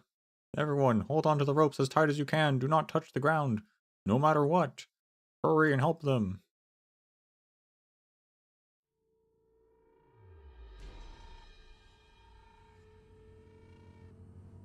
Magdalene, you can't fall asleep. Rock. This guy is so heavy. Feist, the Self-Salvation Corps, why are you... We figured something went wrong when we saw fireworks in the middle of the day. They sealed the wall we blew up open yesterday, but the cannon gave us a new path. We hold on to Rock's hand, Magdalene. Our forces don't have enough manpower, and we're bringing everyone to evacuate as soon as we can. Well, Feist, your zipline's even faster with those modifications you made. Right, where is Mayor Frida? We haven't been able to locate her. Frida is... Drat, why did my zipline start shaking?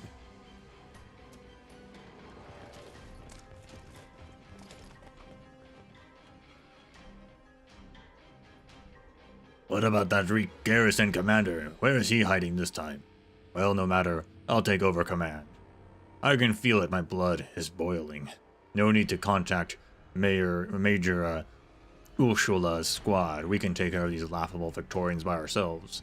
Kill them all.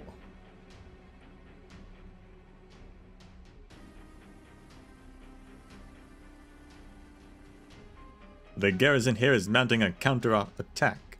They're putting more pressure on us than any Zargaz we faced before. How much explosives does old Weiss still have outside? Can he make it here in time to back us up? Probably not happening. Not counting the members who laid the ziplines for us, we barely had any fighting men to begin with. Start the crawlers. We need to break through by force. Rock. Watch out, your zipline. Ah.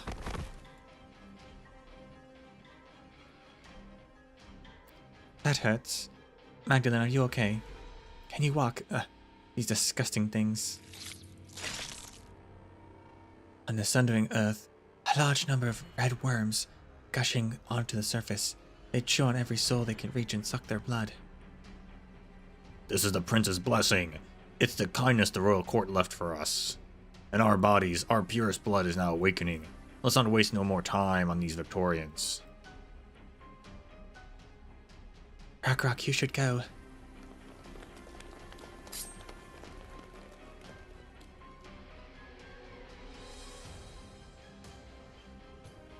The feline girl named Rock takes out a dagger from her waist and stuffs it into my hand. A large group of Sarkaz are closing in on our location. Magdalene, get ready to fight.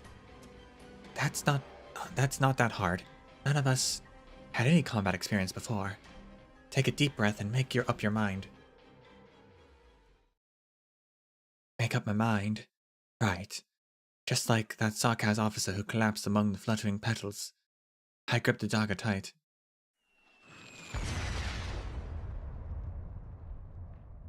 A shot rings out. Artillery fire? I thought we used up all of our explosives. Quick, Rock, Magdalene, now! We were contacted by a few old friends. They brought a whole backup unit. They even have an identification code. Identification code? Is it the military? Victorian, right. The military is responding to the war.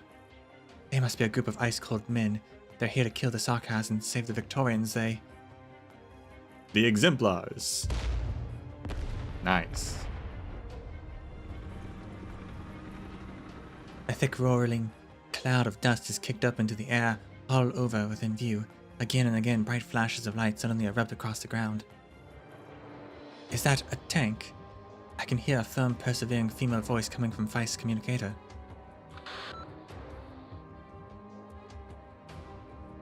This is Tank Fire Team Horn. All units make sure to stay clear of my blast zone.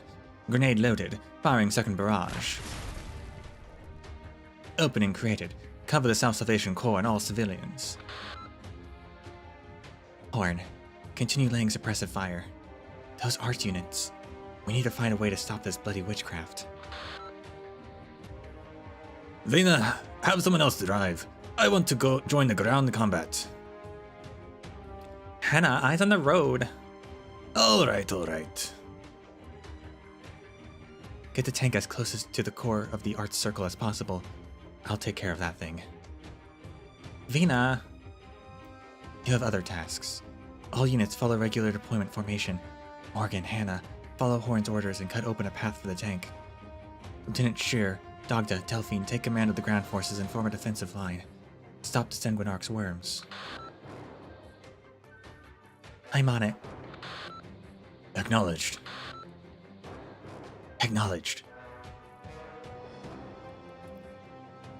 Mr. Misery, I'll leave the commander of the enemy forces to you. All you need to do is boldly execute your plan. Vice, it's been a while. We shall exchange pleasantries later. I need the Self-Salvation Corps to help set up a zipline that will take me above the art circle. On it. We have no time to lose. Let's take care of the strange art circle first. I will leave my rear to all of you.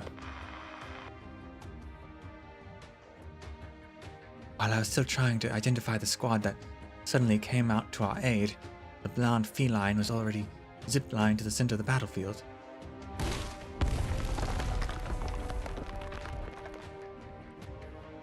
She descended from the sky and bombastically made her way to the center of the art circle blood-red pillar of the light. A sound of rocks blasted apart a ring throughout the entire battlefield. Thump. I can see each and every swing of her large sledgehammer in that red light.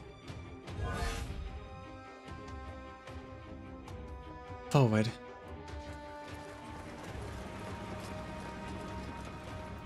The feline's voice ignites the tank's engine.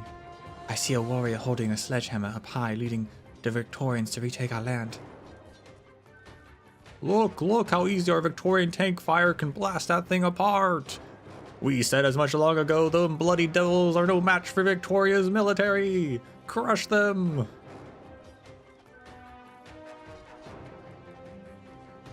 No, there are too many oranginium crystals in town. The mayor's office, the small town square, the library. Those things we've been rebuilding day in, day out. We won't make it in time.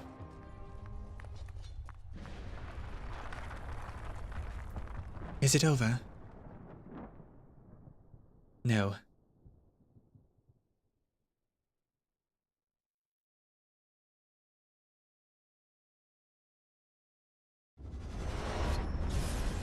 Oh my snap.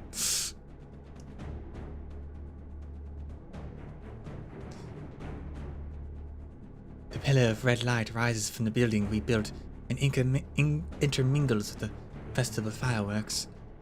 There is a blood-red color boiling in that dark abyss.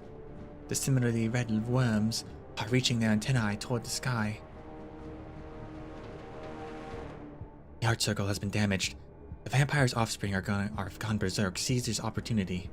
Infantry units, stop advancing. Escort all citizens out of the art circle range. Tank squad, follow me and push forward. Destroy the remaining crystals in the town and commence search and rescue. Hell is invading my town. all while the formation's rumble tank accelerates and blitzes in on the devils.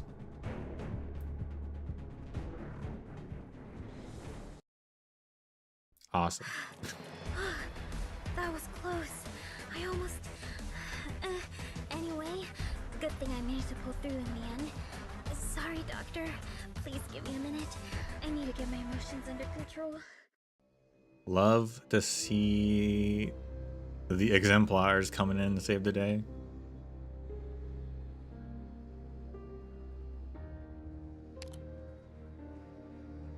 More happy Windermere family.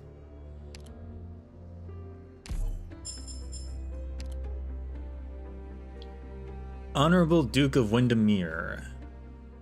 Very well done, Kent Windermere. You've indeed fulfilled the promise made on our wedding night. I will no longer entertain any objection to my decision from anyone in my domain. Ken, our union has been the most unexpected thing to have happened to me since I inherited my title. When you tore through the crowd at the ball and barged into the command center to ask directly for my hand, your unabashed ambition deterred me from treating you as yet another frivolous nobleman. You gave up your family name and willingly subjected your honor as the Earl's second son to criticism. You've received many a cold shoulder while attending banquets with me, yet never uttered a word of complaint. As such, you deserve compensation from me, the pledge I made to you at our wedding night, that someday Windermere too will hear from Lord Kent. The pledge that I made that someday Windermere too will hear from Lord Kent has never expired. Attending the Duke's upcoming secret meeting in Londinium on my behalf, I have already appointed you as my plenipotentiary. That's a word. Another thing, Delphine and I will arrange a private celebration at my headquarters upon your return.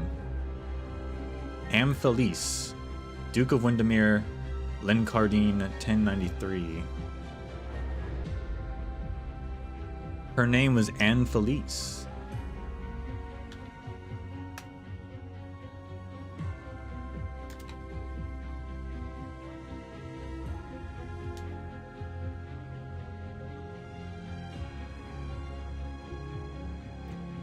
Plenipotentiary, invested with or concerning full powers. Yeah, so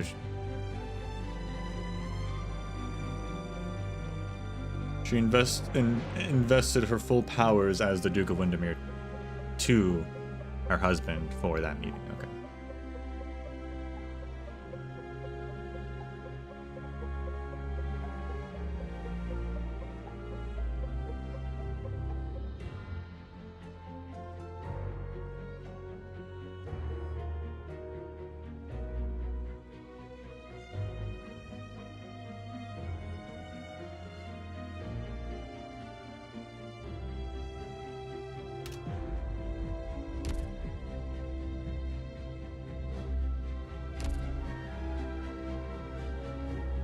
A lot of stuff happened in 1093.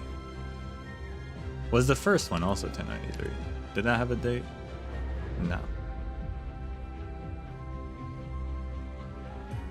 Oh, so that actually said Amphilis as well. I did not put that together.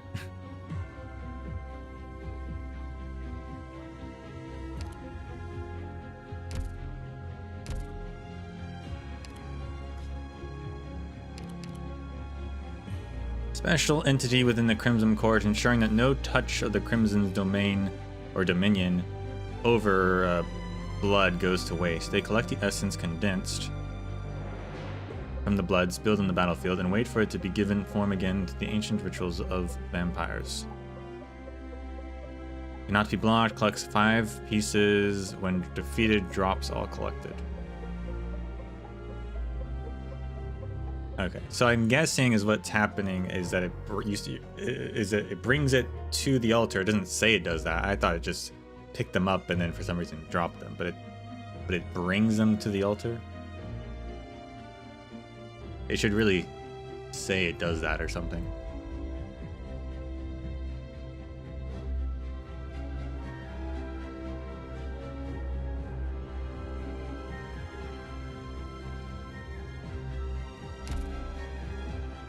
Fair enough.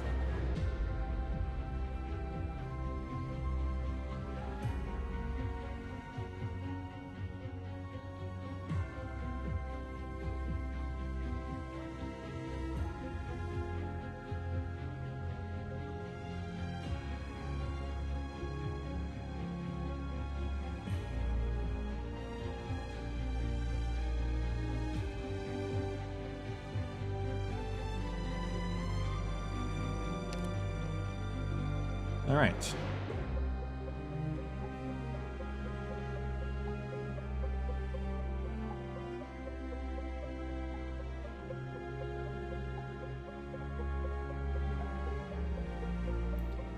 Briefly gathered.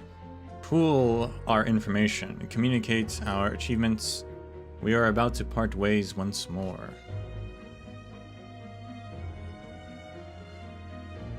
Three altars, huh? 3 altars and 1 bomb. Nice.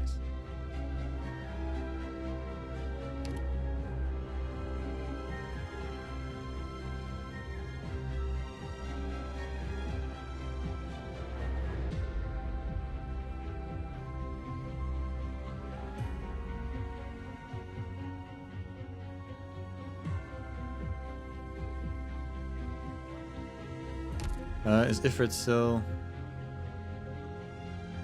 Ifrit's not actually that... The lanes are all parallel to the altars, so that's not going to work out very well.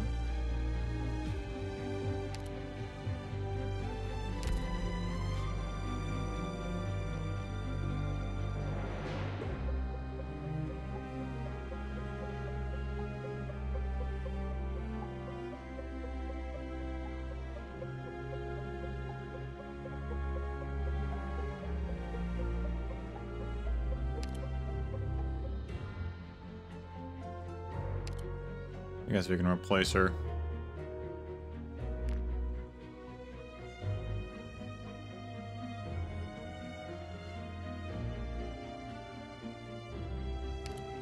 With Typhon again, maybe?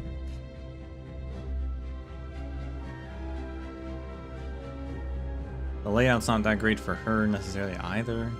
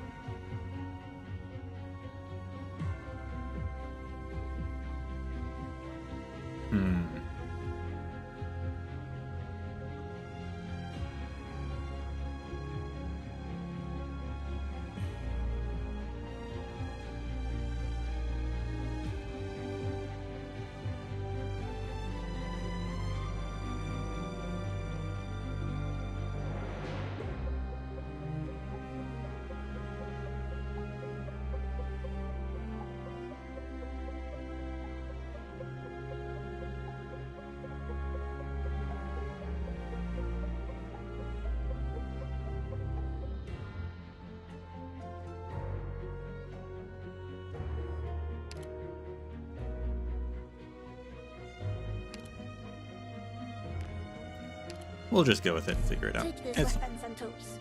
We need them more than extra hands.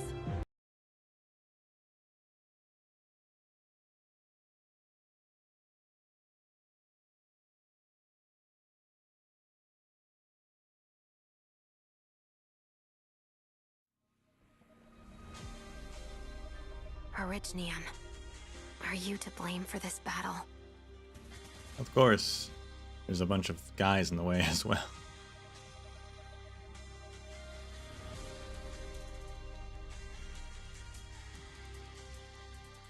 Can your eyes keep up? Same battlefield, different day. Ah, losing sight? Enough. Time to end this. Please, trust in me. Picked out your bait yet?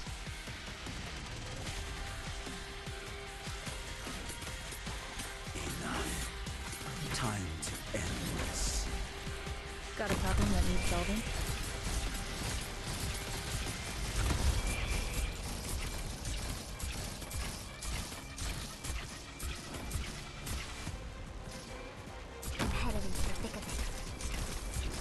Don't keep me waiting. Need speed to succeed. Sense deprived by Ember.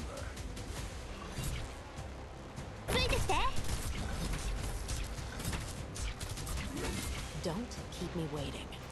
Is that guy technically blocking I think so. it? I guess it is. Voila.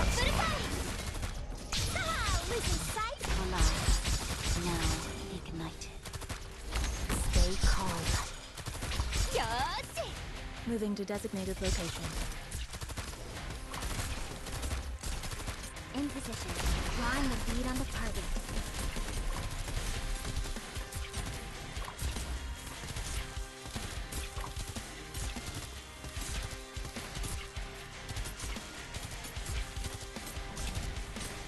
No need to panic.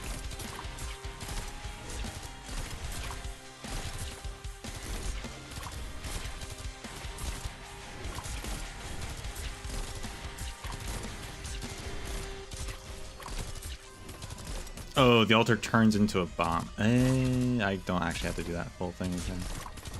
No, well, too late now. Enough. Time to I am Dublin. Kill like a shooting star. That's what they say.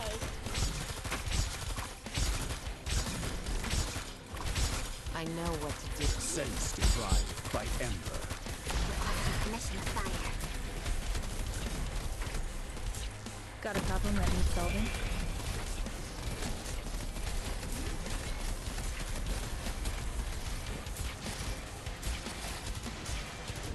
No need to panic.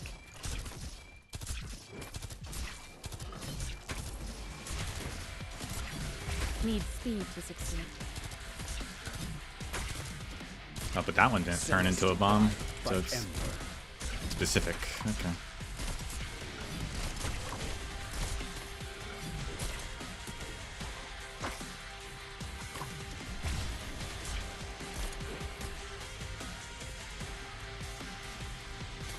Eyes blind by hatred.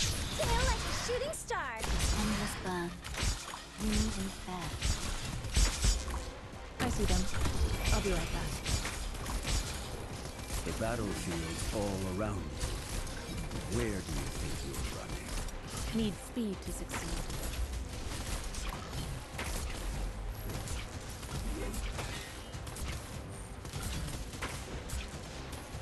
No need to panic. Eyes blind by hatred. In position. Drawing the bead on the target. Need speed to succeed. Feels fresh. Feels bad to lose your target, doesn't it? I am Dublin.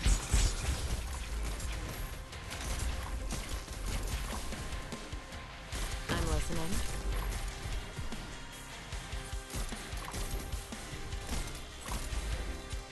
Gotta pass on your last words.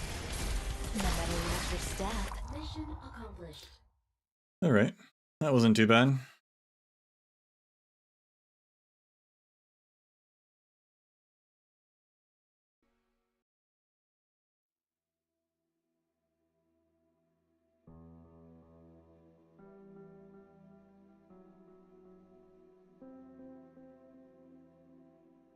I see gravel kicked up by tires pounding the glass.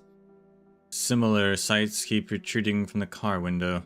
Muddy earth, dried bloodstains, shell craters. We carefully steer around. Water flows persistently like an oil slick set alight.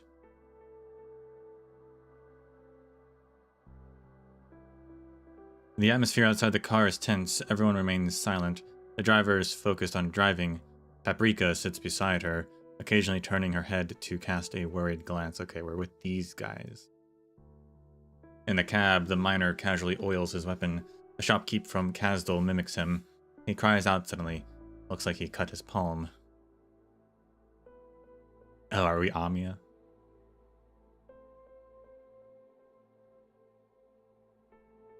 Kasdal has grocery stores.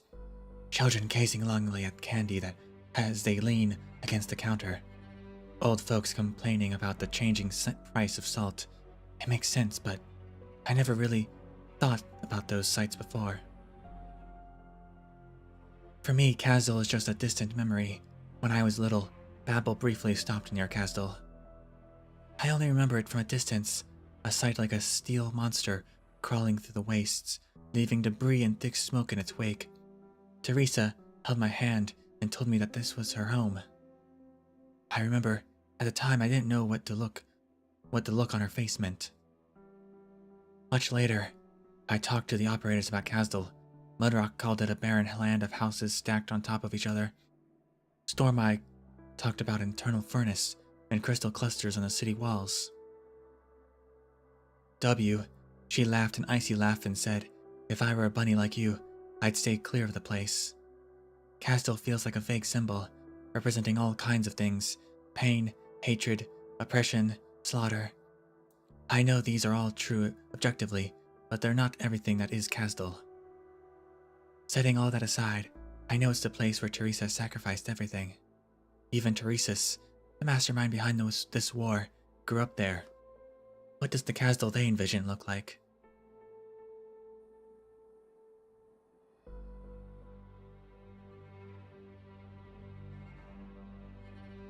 Logos quietly wipes his bone pen. On the other side, I see the doctor turning to look out the window. What's out there? I tug on the doctor's sleeve. Amiya gets choices? Well, one choice, but still. Dr. Eleazar, when the war is over, I want to visit Castle again.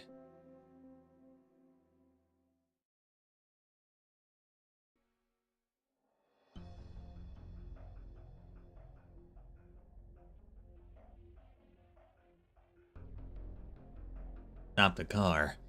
There's something strange up ahead. All units prepare for battle. What is that? In the distance, the town of Brentwood is already coming into view. A crimson light rises from the center of the town, staining the surrounding land. The blood-covered veil gently envelops all living things. Ugh. This feeling, it's the same one that came from when we were inspecting those art circles. Banshee, your lordship, what is this? When the war started, no one expected the land to be drenched in so much blood so quickly. Modern warfare, is it? I'm afraid the vampire has all the prerequisites he needs for the ritual to fall into place. The crystals on the other battlefields were just nodes resonating with the ritual. All this time, I've been looking for the center. Brentwood, this little town, has a special place in the vampire's wicked design. Can you handle it, Logos? This is an ancient royal court method, and they have completed the preparations for it. I need time. We haven't exposed our position yet, so we might be able to bury some or buy some time. But wait. What's that? Fire. There's a firefight in the town there, but who is it? Looks like they beat us here. A rather choppy meeting. The doctor looks calm. Right after all we've been through, we finally got to stand shoulder to shoulder with our friends again. Lord Banshee, what are you gonna do? You'll take care of the enemy, won't you? This power, this is a blessing from His Highness the Prince of Blood, is it? The Sanguinarch, he's blessed the Sarkaz bloodline. The Arsene Miner swings his weapon, and a sharp whistling sound rings out. He looks a little frightened of his own strike, almost losing his grip on the weapon. The driver and the shopkeep gather around him, investigating his new strength. Paprika moves a few steps towards me. Lord Banshee, I also feel a bit stronger. A little. Is this arm strength or my brains? I can't tell for sure, but it feels kinda... It's a strengthening altar. Witchcraft. We've seen this before, but this one is on a larger scale and it feels different. Logos, could this have any adverse? Quite unexpected. It does not demand a price for us, at least not one drawn from our own bodies. Then why? Logos looks at the Sarkaz girl. Paprika, was it? What do you hope to use this power for? Well, The more skilled the Sarkaz becomes in war, the more efficient he spills blood on the battlefield. Doesn't matter if it's his enemy's blood or his own. The ritual can continue. Sanguinarch has prepared for this decisive battle, but Teresa's plan, was this just for this ritual? The art circles seem to have come under attack, and the vampire creatures are going out of control. Yes, a large colony of crimson worms is drilling out of the ground, rushing around in all directions. A good number of them seem to have caught our scent. Leave this to us, Logos. Please look into the ritual for us. Amia, you and the doctor could accompany me. I look at Paprika's team in the distance. Those Sarkaz unaware of the danger here. Let's be quick. Roger. What are you gonna do with us? What do you mean? I realized a while ago that, well, the ones who've been captured are us, right? I know the royal court guys pretty well, and you give off a totally different vibe. Your name is Amia, right? You and this doctor are in charge. I think you're about the same age as me. And I can tell that Banshee's a pretty big deal. I can feel it. You can't fake that, but he's working for you? A few days ago, I met a Caprinade lady who called herself a Sarkaz. Is she with you too? Just who the heck are you guys? Do you intend to fight us, Paprika? I can feel that the girl is not hostile. Well, I don't know. In the distance, the Sarkaz let go of the sudden surge of power they're feeling for a moment and call out to Paprika. Captain, how did the Banshee get away? What do we do now? The cracks in the earth are spreading towards us.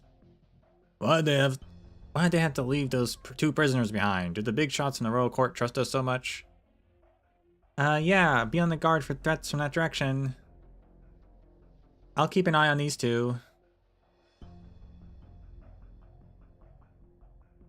You may be stronger, but you still don't know war. Or I guess none of you are ready to fight this war. Yeah, after all this time, how could we not know?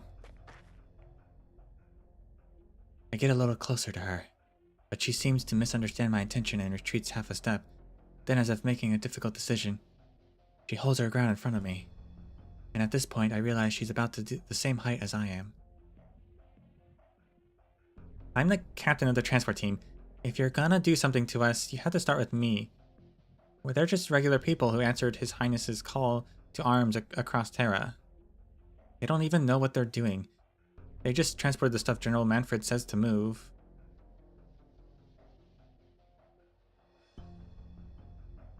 The instant they answered that call, the Victorians would cease to call them regular people.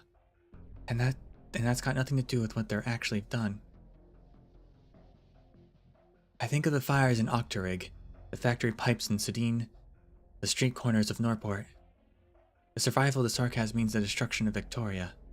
The triumph of Victoria means the cleansing of the Sarkaz. Those caught in the vortex no longer have the power to choose. They are units put under my control by the General. No matter what happens, I have to guarantee their safety.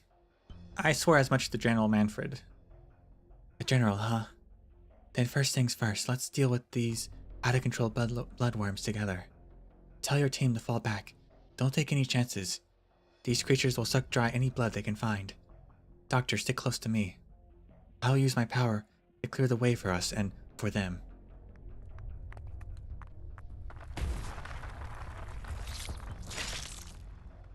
The fractured, surging land spreads out before us. The vampiric offspring bathe in blood, indulging in the pain. Their bite is the touch of the Sanguinarch himself. I raise my hand and close my eyes. I will stitch together this sacred land. Not sacred, scarred. I will hold the whispered fate of the myriad souls in my hands. A black rhombus, a black shadow. Black art surge from my fingertips. These twisted offspring deserve peace.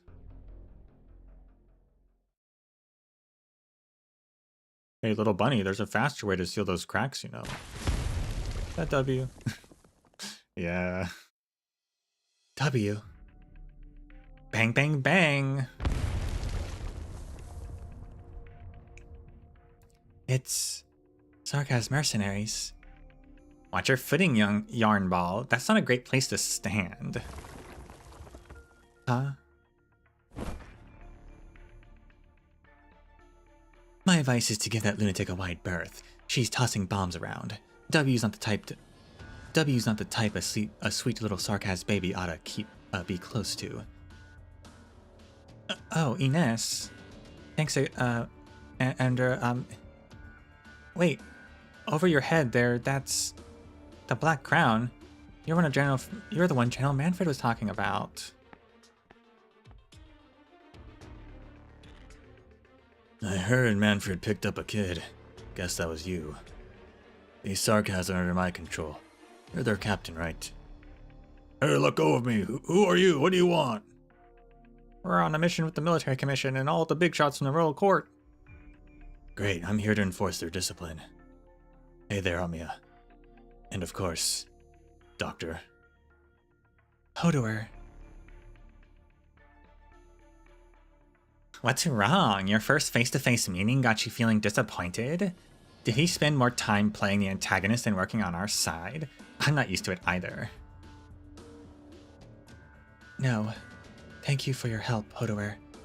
We can talk about other stuff later. As you can see, this little town is quickly becoming a war zone. Yeah, I do see. And we've got some important intel to share with you. About this town and the lifeline hidden in the shadows. There are two forces attacking the town's Sarkaz garrison. One is the Self-Salvation Corps that Closure brought from Londinium. Heh, looks like my safe house got trashed. I hope that old hag doesn't go peacefully. And the other is a force made up of soldiers who once fought for different dukes, along with some workers and refugees. It's a pretty disorganized group led by the Siege. They keep calling her the Siege in this episode. I don't know why they added the to her name.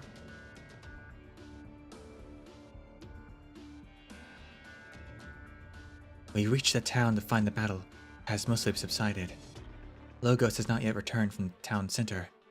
Seems dealing with a vampiric ritual is no simple task. I catch sight of Siege and Delphine, as well as Misery and Closure, along with fighters from the Self-Salvation Corps.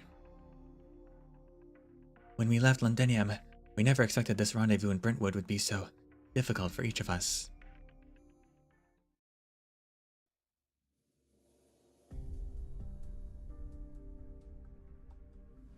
We make our way to a dilapidated house, but the atmosphere isn't the kind of exhaustion and relief you'd expect from a long-awaited reunion with friends. After giving me a quick physical, Dr. Coutsett and the doctor take some crystal samples and move to talk privately. The room falls silent, and all eyes turn to Hodor, leaning against the wall alone. The rhythm of his sword sharpening is as steady as his breathing. Delphine recognizes Hodor with a glance.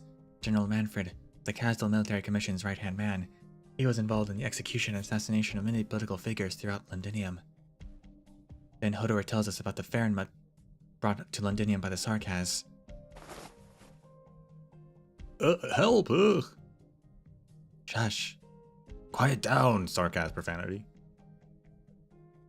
We all turn to the Sarkaz who have not yet figured out the situation. Where are we? Victorians and Sarkaz mercenaries. It's okay, I'm still here. Situation is a little bit complicated, but you can trust me on this. You aren't actually gonna carry this deadweight around for the next phase of the plan, are you? Who are you calling deadweight? I promised Paprika that no harm would come to them. Rhodes Island, same as ever. Then let's have them stick with my mercs. They've had it too easy for too long. Might as well bring some new blood in for some fun. Hey you, blue-haired feline, what's on your mind? You've been staring at us for a while. Feel like killing us? Go ahead, draw your sword. Blue hair? I guess that's blue hair. I always thought of it as gray, but I guess it's got some blue tint to it.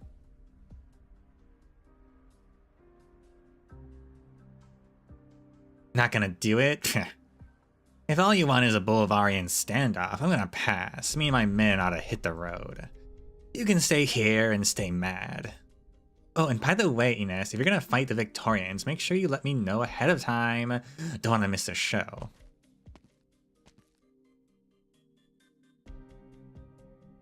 Lady Delphine. Amia, you're alright. I'm glad.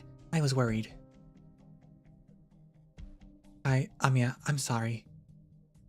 I'm willing to trust Rhode Island processes in choosing collaboration partners. It's just, I mean, I'm an intelligence officer myself. It's not as if I've never heard of this Hodor gentleman. I just know it's not just him. Even Misery and Ines. I can't help but think. I can't accept it, not that at the moment. No, maybe I can't ever accept it. For now, as I said, I'll trust Vina's judgment.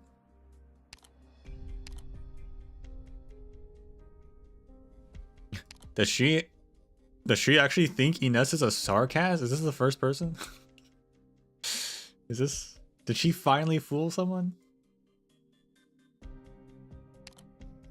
If this is what we have to do, then let's do it. Those scars won't be forgotten, nor should they be. Sarkaz wars have never ended, feline.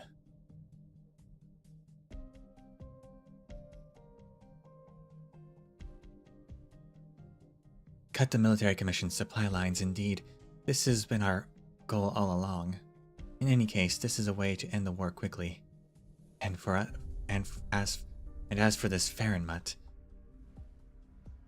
I know what you're thinking. Now that no base is safe, the skeleton can become our key to counterattacking Londinium. We can't take any of those armies head on, and we can't work around the essentially unbeatable firepower of that airship. And this elusive Farenmut is the best vehicle we could hope for. And at the same time, it's a fortress and a spear aimed right at the heart. In that case, if we succeed, it'll be thanks to the leaders of this counterattack and not sarcasm mercenaries. it seems we have no grounds on which to refuse cooperation. However, from a rational point of view, I understand that there are differences among the Sarkaz, and the exemplars appear to function seamlessly with Misery, but we're talking about individual friendship. We may be able to respect, trust, and even love a few select individuals, but now we stand before a war where all sides have blood-soaked hands. Given enough time, we may be able to determine one by one who has committed war crimes and who is innocent, but we do not have that time. We are at an impasse, Hodor. Our cooperation will not be so smooth. And that is why we are here. Rose Island will serve as a mediator between the two parties, such that we can end the suffering of Victorian people that this war has wrought, and such that we can prevent the Sarkaz of Kazdal from being dragged back into the abyss. We're not here to force handshakes and reconciliation. We can leave that to the end of this ridiculous war. Platitudes mean nothing. It's actions that will put an end to all of this. That is a very Victorian... That is very... not Victorian. That is very Rhode Island indeed. I've heard Hodor has been in contact with Rhode Island in the past.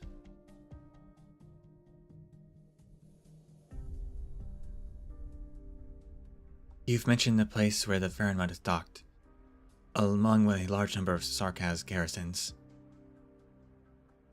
but if we're talking about the plan rationally, a small number of elites could do better than sending workers and straight dogs to their deaths, yes. You can speak openly, I won't mind. But my boys won't miss a chance to strike at the Sarkaz. Our armor can draw the garrison's fire. I see Hodor smiling. It seems this is a side of siege that relaxes him at least a bit. After all, he seems to be hiding something. That will do, thanks. Hodor expresses his gratitude and the discussion comes to a close. Sarkaz mercenary Hodor. After reuniting with W in Chernobog, Ascalon gave me his complete file. It dates back to the time of Babel. So I trust him. Amia, this is our first formal cooperation with Rhodes Island. Yes, it is. But if I might ask you a question. Sure. You didn't express your worries or concerns just now. Your innermost thoughts are to save lives, to put an end to war and hate, isn't that right? I heard that the King of Sarkaz can see into people's hearts. It's different from the ambiguous feeling a Nest gets. I probably can't hide it from you.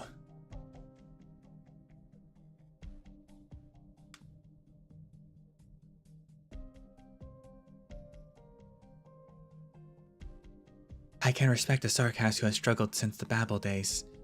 I hope you can answer from your own free will. So that's how it is. Yeah.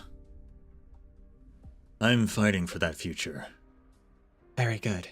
Thank you for your answer and your trust.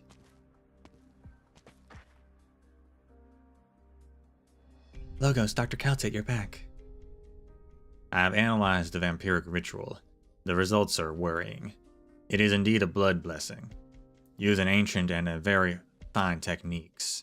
The Sanguinarch borrows the witchcraft's power, collecting blood spilled in the war to activate the bloodline within the Sarkaz warriors. He has given the Sarkaz a constant reminder of our fundamental differences with the other races. It's less amplification and more incitement. But more importantly, I'm afraid he's using only a small part of the power he's collected for this purpose.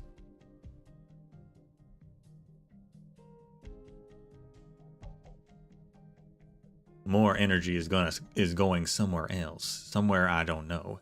I tried to crack it, but the structure of the arts is complex and chaotic.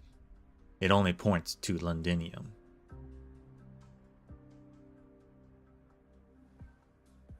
What is he playing at? And that reminded me. At this very moment, at the center of the battlefield stands a Sarkaz leader even better at absorbing and exploding death than the vampire. If it really was just about strengthening the warriors, why would they bother using witchcraft of the Crimson Court? And why use an art circle?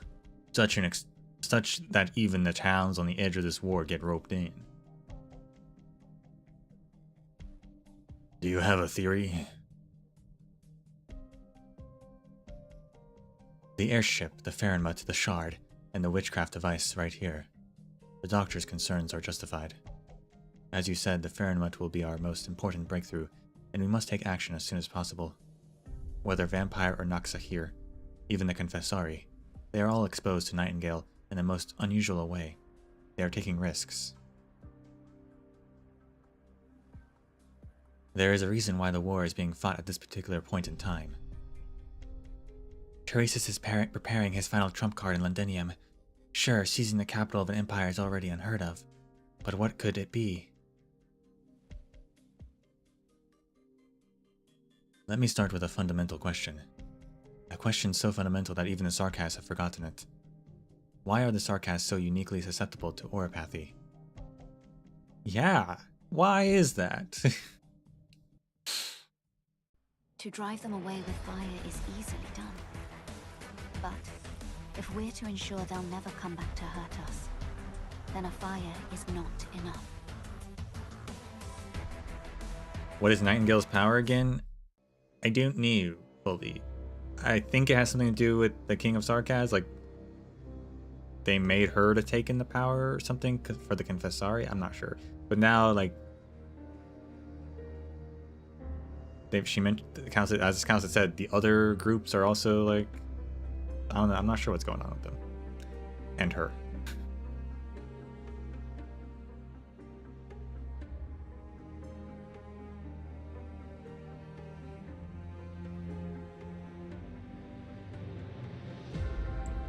Maybe we should read her archive, and then maybe we'd get some better understanding.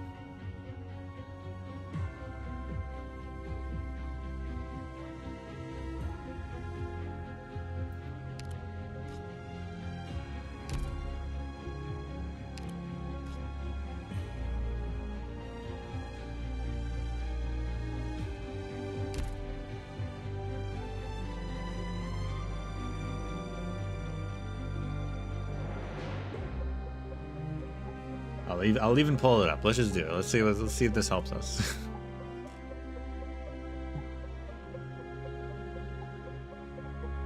Maybe it won't, but maybe it will. I don't know.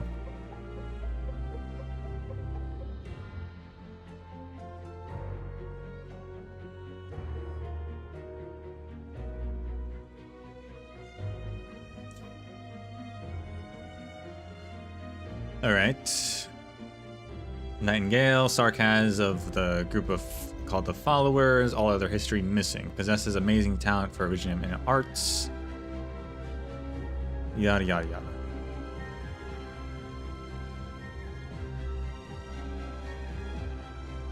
Nightingale's condition is more severe compared to the average infected, and she has other problems as well. She showed obvious lapse of memory different from that of the doctor, in that the cause seemed to be medication or possibly even a chemical serum that affected neural transmission combined with her endocrine and nervous system, plus traces throughout her body. We could confirm, after internal discussion with the medical staff, that oropathy is not the sole culprit for Nightingale's condition.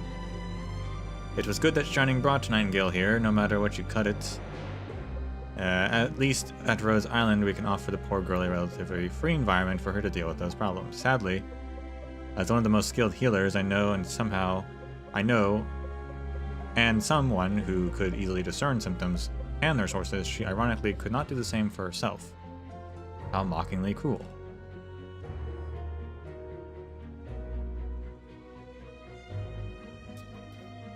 Archive 1. Nightingale is exceptionally versed in healing through arts. Unlike most other medic operators, she does not have a full grasp of the principles and practices of modern medicine, nor does she score well in written exams, but she knew the human body and functions like the back of her hand.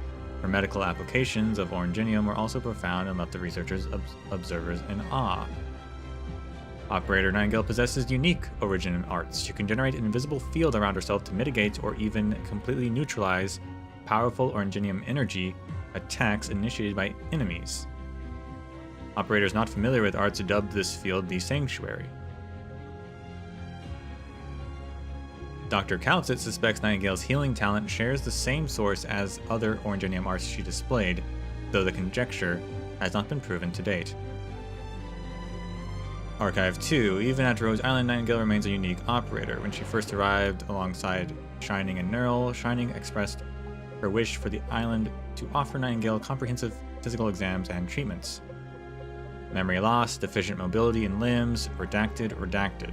The medical operators are all lamented at the test results. In addition to oropathy and other debilitating symptoms, she suffered from exacerbated her condition and have far graver consequences. Given the situation, Shining quietly answered all Dr. Calcit's questions, including the revelation. I can't speak today, apparently. The revelation of many classified projects. Following that inquiry, Rose Island accepted Nightingale for medical treatment.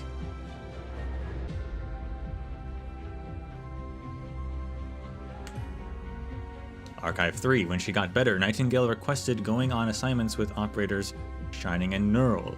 Dr. Calcit and Operator Shining fought over the issue. Their debate changed Dr. Calcit's mind. Despite vehement protests from the medical staff, the doctor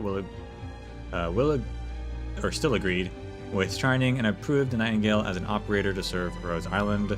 Although Operator Nightingale is still facing many physical problems and is unable to protect herself in combat, she has surprised many with her ability to turn the tide of battle. During the course of fighting alongside her, operators have realized that she longs to prove her worth with her actions, and that converted their attitude for her from pity to admiration. Nightingale's inscrutable disposition and cool personality let many operators realize the cruel truth of the land, but also the importance of Rose Island. Now, Miss Nightingale can be seen occasionally speaking with operators other than Shining or Neural in the hallway, sometimes even with a faint smile. The author, for one, finds joy in that. Archive 4. I find myself currently unable to understand Miss Nightingale. Her emotions aren't just a blank sheet of paper or a tangled ball of twine. Her mood and thoughts are impenetrable cell, sealing endless fragments of memory to trap her in herself. I can't even fathom whether she wanted this out of her own will. she probably no longer is able to distinguish herself from her imaginary persona or reality from illusion. We can go in only when Miss Nightingale chooses to come out. It is near impossible and very sad. Shining, said Miss Nightingale, is a sacrificial lamb of a civil war, inside her own mind. She's trapped in a small space, stripped of her identity and robbed of her life. It's happening in places I can't even detect now. Dr. Calcet didn't want me to get involved, but I felt obligated. Shining rescued Miss Nightingale from there, but I think Nightingale never really left. She often feels confined, incarcerated, still a bird in a cage. I believe I have a duty. With Shining, Neural, and the Doctor, I'll do everything I can, as I don't think of Miss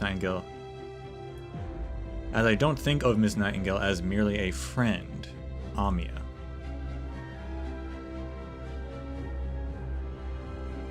Okay, so Amia can't read her emotions, and Shining said Miss Nightingale is the sacrificial lamb of a war, a civil war, still inside her own mind. Like the Sarkaz Civil War, right? So she was made or experimented on, during that period for whatever reason. A fleeting illusion is finesse. Simple Originium arts sufficient to distract the enemy in a battle. You're doing a great disservice with a description like this in a report. I don't know what Nightingale's been through, but as soon as I saw the giant birdcage appeared out of the blue, I sensed it wasn't a birdcage but a cell. I felt the same indescribable loneliness, or better yet, fear coming over me like the enemy did. Nightingale saved my life, but I cannot thank her. I don't have the guts. I just think you should stop letting her go on like this, I beg you. Operator J's mission log. Who the heck is J?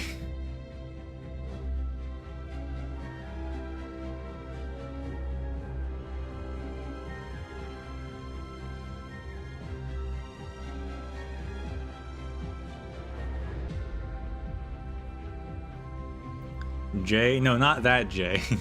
That's true. That just the letter J.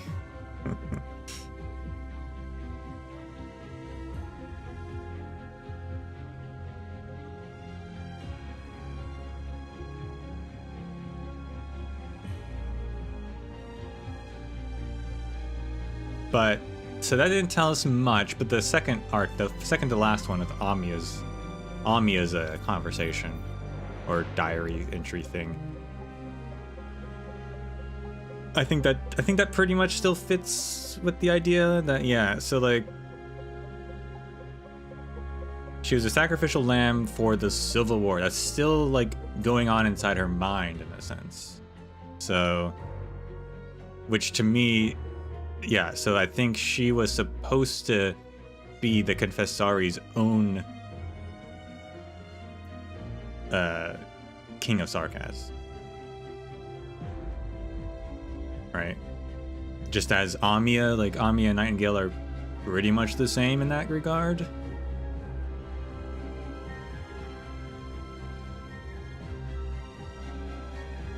Amia is Teresa's / Babel's King of Sarkaz. Nightingale is the Confessori, was supposed to be the Confessori's King of Sarkaz.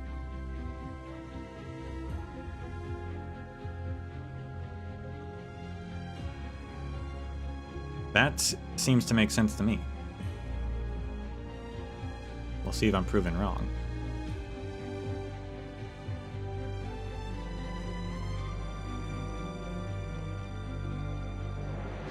But yeah, the Confessori want her back, and we know that they have been like collecting all the different Sarkaz powers and stuff. So,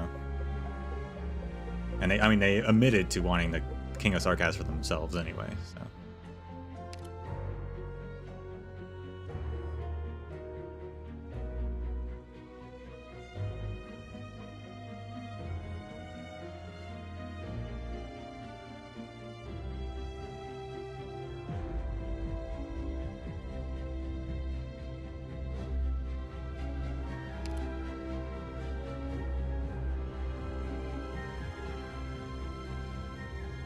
Although it's interesting that she has her own, like, super healing powers.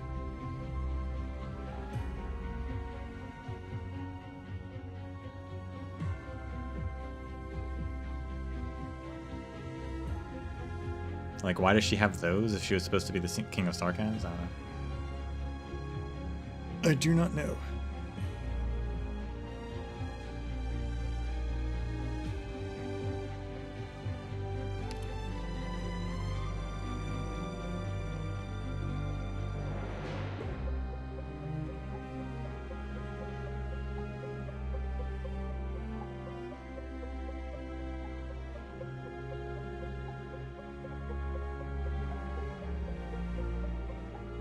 Alright, we lap at our wounds in the ruins. We seek a new direction in our duress.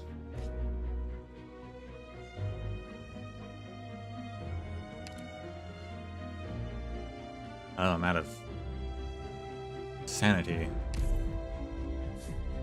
That's fine.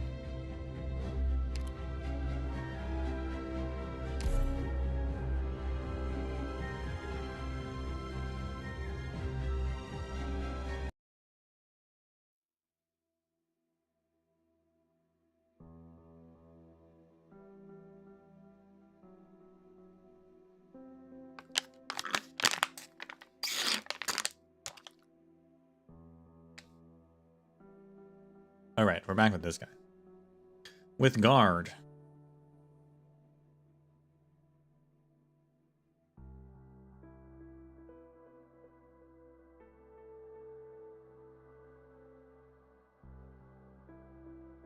Sometimes I think that if there really is a creator responsible for these lands, he's one cruel bastard. He came up with a really awful disease where you feel your body being consumed, gradually being replaced by these crystals, helpless to do anything to stop it. You can feel your very self being removed from your body day by day. You can only accept it. We can only accept it. And this creation of Orpathy is actually one of the gentler ones across the lands. The infected and the uninfected. 9 tells me our persecution is as old as civilization itself. So what about the poor and rich, slave and noble, foreigner and local, disabled and able-bodied, even abnormal and normal?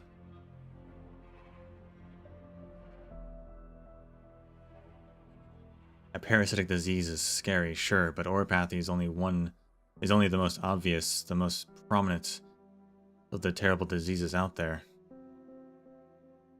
Creator's really awful inventions are poverty, war, bottomless, insatiable greed, the malice and hypocrisy that bring so much suffering, gaps we can never close.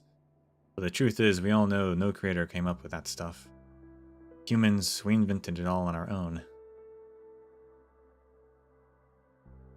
You and me, we created them.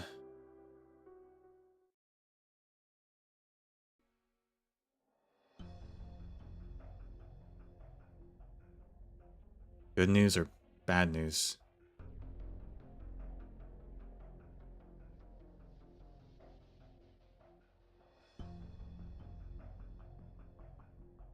The good news is that the workshop is still intact. The worst side is good. Or the forest side is... Let's just restart.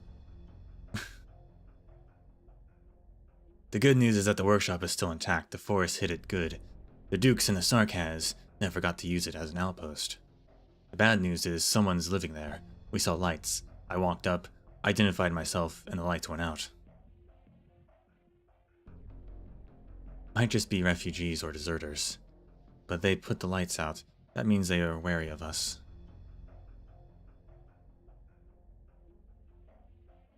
Our fighters are ready for anything. No, let's not be hasty. They might be more cautious or fearful. Don't jump to conclusions. And anyway, Red's carrying a pretty long blade. Anyone would want to play it safe. Why don't I go? I'll have a word with them. By yourself. That's enough. The more men we send, the more nervous they'll be. Besides, if they mean us harm, a few more hands won't make a difference. The sky to the south has been red for the past few days. Percival and the others even found an art circle. We need to move fast. There's some risk in that. I know. But we made it out of Chernobog. Fair enough. I'll be ready to provide support on the sidelines to make a breakthrough. This place has some kind of distillery before the Victorian reunion settled in. I can already smell the booze. Romansh would have loved it.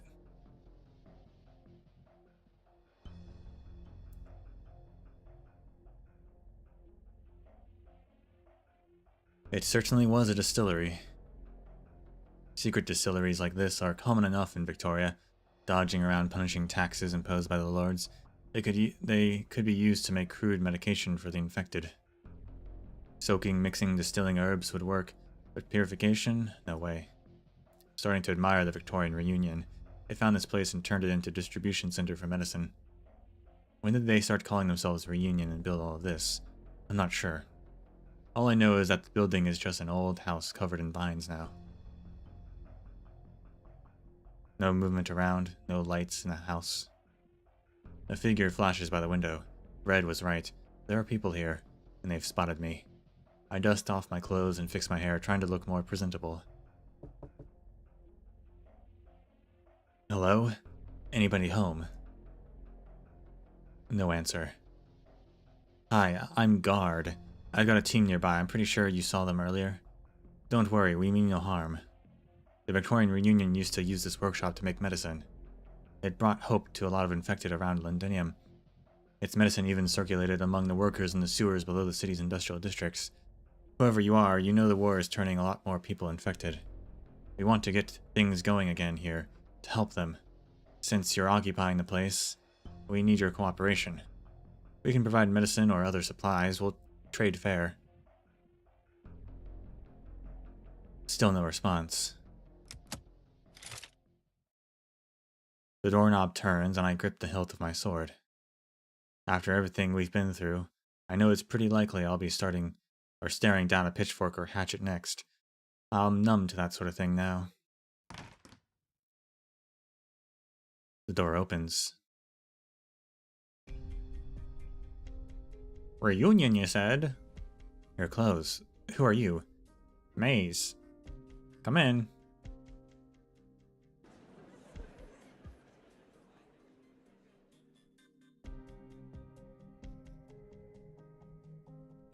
There are more people hiding inside than I guessed, and it's quite a group. Some of them are obviously infected, while others leaning against the wall are probably ordinary refugees from the city. They're all looking over, silently watching me and the woman in the Victorian reunion uniform. Look away, clear out! The crowd falls back and Maze leads me past their collective gaze. These people are terrified. Are you in charge here? This place is under my control. Let's find a place to talk.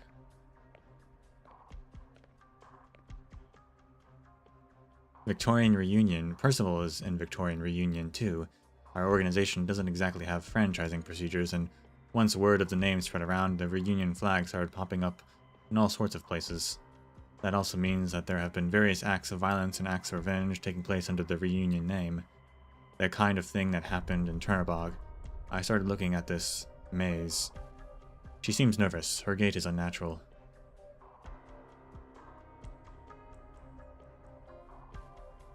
We're in the deepest depths of the workshop. Here we are. Nobody comes in here. So your reunion, the real reunion, you came here from the north? From Ursus? Yes, Ursus, Columbia, and now we're in Victoria. That's a ways.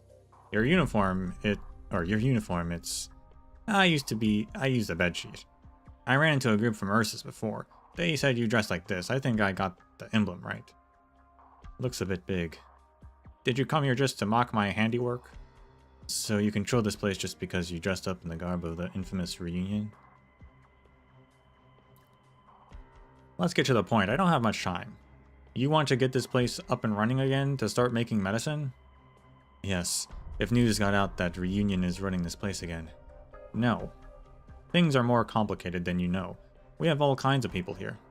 I'm worn out breaking up the daily fights between infected and uninfected. And you want to make infected medicine? You might as well blow the place up. It's hard to keep a balance between them.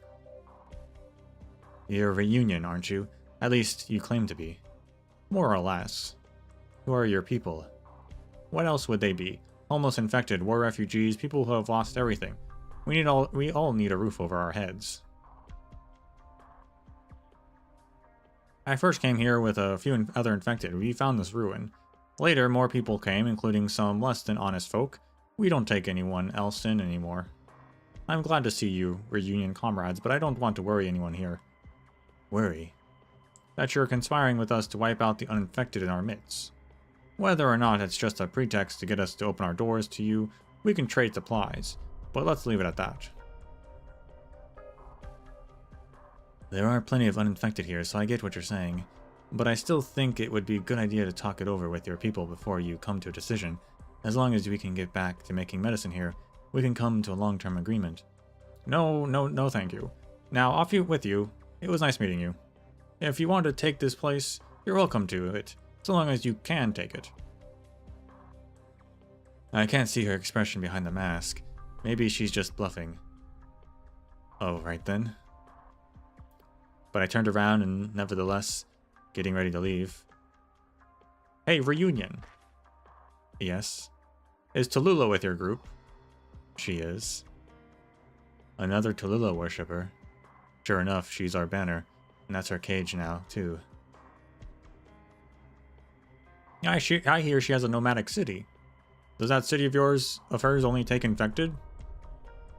If you haven't been infected, are you allowed to go there? I heard from the passing caravans, I've heard it's a nice place. There's some people here in less than ideal positions, refugees from the wilderness, orphans without a single relative. Talk of that reunion city has everyone full of hope. But you only stand with the infected, right? City. There might be a misunderstanding here. Maze, do you know what they did? Did you tell them to do it? Have you gone mad? What are you talking about? Those idiots. He might have been a fighter in the war here, or some big important figure here to doom us all. We might just be a couple hours out from a battalion of Sarkas coming in here to wipe us out. What's going on? Are you with the reunion like Maze? It was you, your people. Those infected, they killed the Sarkas in the warehouse. Bollocks. He was infected too. He was gonna explode, right? We need to deal with him. I'll take a look. Go, quickly. You should be able to help. They killed the Sarkas. I guess if they're Victorians, they would have killed the Sarkas. On the ground lies the corpse of a Sarkas. I know this guy. The Sarkas who rode a motorbike. He was just junk man, going around selling stuff he took off the dead. He was clearly beaten to death, limbs twisted in unnatural ways. His hands are tied. He must have tried to break free, judging by his bloody wrists. The gathered crowd is mostly silent. I feel a chill, leaving me briefly speechless. He's dead. The infected the Sarkas aren't so strong. Here, the medicine he had on him, and some stale bread. The one who did the killing doesn't look well. He indifferently breaks off a piece of bread and hands it to someone beside him. He deserved it. Someone spits on the ground. One of them notices me approaching me while chewing a piece of bread taken off the dead man. You're with the reunion, aren't you? Maze never told us how we could join you. I remain silent for a while, calming myself down. I lower his hands for him, spotting the oranginium crystals growing on his arms. Why did you do it? He did it? Did he threaten you? Try to hurt you? Why? It's as if he suddenly lost interest, stumbling over to a nearby crate and taking a seat. When the Sarkas burned down our farm and humiliated my daughter, did anyone ask why? He wasn't a soldier. He wasn't a murderous devil from Kazdal. He was just a wandering hawker, selling his wares on the battlefield. He even helped you. Oh, what does he mean? Was he reunion too? I am reunion. You lot must know what Reunion fights for. Sure, you fight for all the infected. And this man that you tortured to death, the one who never even got a chance to share his name, wasn't he an infected? But he was Sarkaz. Medicine and compassion cannot help the infected in a way that matters, but solidarity and strength can. Solidarity. Infected have no homeland. We share the same fate, the same sorrow. These people don't understand. They've never thought about it. But what about us? Will the veterans from Ursus on the team treat the infected from Kajimersh well? Can Sancta infected coexist with Sarkaz? Even at Rhodes Island, What about the future? If we succeed one day, and the Emperor of Ursus vows to stop massacring the infected, if he agrees to grant us lands and cities, in this beautiful, seemingly impossible future, will the infected start killing each other? Will we fracture and collapse and give them another chance to butcher us? Technically, Reunion already started killing each other. Hey guard, his corpse, it's glowing, he's about to disintegrate. I had no idea his condition was so serious. Or did he really not leave any medicine for himself, trying to save money for some future that would not be his own? Get out of here now. Run, run! Maze, how do you process the infected here? That room, the innermost one. Hurry, we have to throw him in there. Damn it all. I need a second protection for the nose, mouth, and wounds. Maze and I lift the Sarkaz's corpse and kick open the door. Upon opening it, my personal Oranginium monitor started beeping incessantly. I've never heard the alarm go so intensely before. That's cool. Just how many infected were processed here? Every inch of the room is covered with a thick layer of Oranginium dust, crystal clusters forming in the corners. Danger is no longer sufficient to describe the urgency of the situation. I don't know when things are going to get out of hand up for this place, but putting a disintegrating infected in there is definitely not a good idea. No good. Move, move. What are you doing? Why is the body... There's too much Oranginium in there. How many infected have been processed in this room? Well, it was years that they were being processed in there. There is Oranginium dust in the air. The place won't survive a violent disintegration. Get everyone out now. What? Don't you get it? The Oranginium environment here is extremely unstable. The place could blow at any minute. So we leave and go where? Everything out there is... There's no time. We're talking about Reunion here. They have an entire bloody nomadic city. Run, get them all moving. I've contacted some of our team on the outskirts. They'll take some of you in. There's still some booze left in the distillery. If there's an explosion, the whole place is gonna go with it. And that... And Maze, where are you going?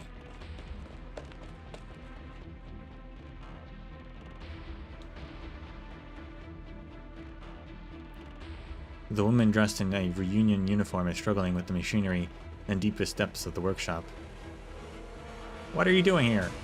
Help me pull out that lever. Did you work here before? But you're not infected. Thanks for not exposing me. Pull harder. Where did you get that Reunion outfit? This used to be a Reunion base, and somebody died here. Don't test my patience. I didn't do anything. That's what they all say. I was a worker here. The Reunion lot took over the distillery, and they needed hands to run the machines for them. It's just the mercenaries hired by the Lord attacked, and I ran. I'm not infected. Why should I die here with those Reunion? Why did you come back? Why? Because I had nowhere else to go, damn it. What other reasons would I end up trading my life for a secret distillery? I'm not infected, but sometimes I feel like I'd rather be with the Reunion. At least they have something to fight against. They have a purpose. Pull harder, it's stuck. First, open the switch for this unloading port. Reunion left behind a whole lot of material. The doctor said that this was the cheapest painkiller formula. They were working on it for a long time. It only relieves pain, but that's enough, right? With this, can I be a genuine part of reunion? That is, I might be allowed to home in your nomadic city. The nomadic city. I take a deep breath and throw out a kick. It makes me sore. The lever finally loosens. The machine comes to life. The giant hopper tilts to one side, and whatever falls out of it is countless petals. He hurriedly picks up the herbs scattered across the ground and carefully piles them in her arms. If I don't consider where exactly I am, I feel like this could be a beautiful sight. Just like that city. We don't have a city. But those reunion guys all said. Well. I mean, the Max City, a city, you know, People without a home, people without nowhere to go. The infected across the world are growing more and more numerous. It's not a disease that's becoming more virulent. It's just that the world is becoming more cruel. The great worthies have so much to say about the modern era we live in. An unprecedented era of high-speed battleships, nomadic cities, of industry. How enlightened our era is. How tragic our era is. Stand together. Can the infected really stand together naturally? Who do we stand with? Is it just the infected? That nomadic city we're dreaming of? Does it have a place for them? Is a city enough to accommodate everything? Take the herbs, we need to leave. There is no application to join reunion. If you're willing to fight side by side with us, you're already reunion. But I'm not infected. It's not only the infected who want to resist. And besides, I need you to help me figure out who killed that Sarkaz man. They need to be punished. Now come on, let's go.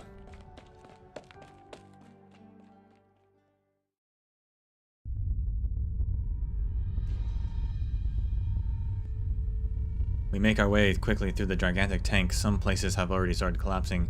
The air is full of pungent scent of alcohol, with smoke floating in from somewhere. This workshop, where the Victorian reunion began, is about to go up in flames. We're almost there quickly now. The waves of intense heat hit. May struggles to stay standing. The herbs in her arms are lifted by the hot air. Ah, my...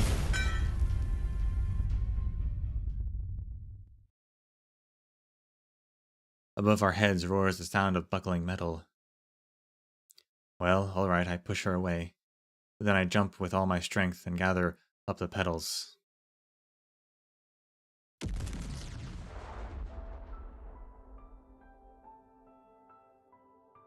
A collapse. It's hot. The sun is burning. I'm burning. Is that the exit? A few steps further. But they're watching behind me. Those eyes. Are they judging me? Or just judging my insignificant death? What did they expect of me? I can't think about it. Can't. Maybe I let them down with their deaths. They should hope for a more meaningful end for me. Like, I don't know, dying on the steps of the palace in deity Geitherberg. Anyway, not here, not dying for an uninfected woman I just met holding some broken petals in my arms. How could I face them here? But I still need to face them.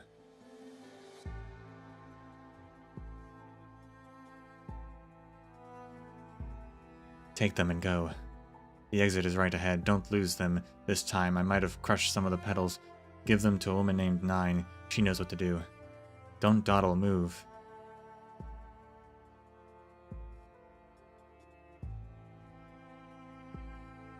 It's hot. It burns. I remember the afternoon when I first learned I had oropathy. What was it exactly that caused my infection? I still don't actually know. Maybe it was the time I fell in the river and something scratched my legs. Might have been an active oranginium crystal instead of a rock. Maybe it was the dust I inhaled in the mines. Maybe it was industrial waste from the factories, maybe.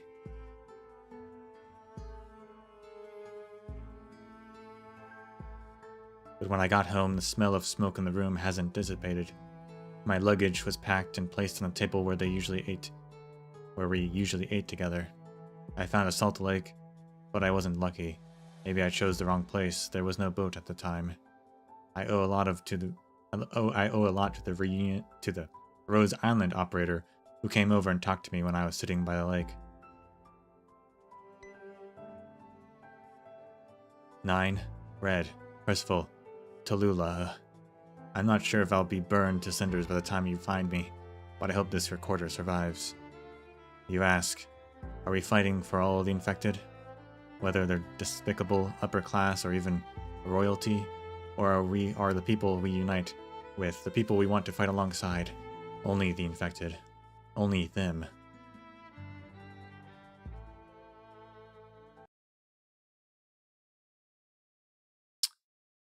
Well then.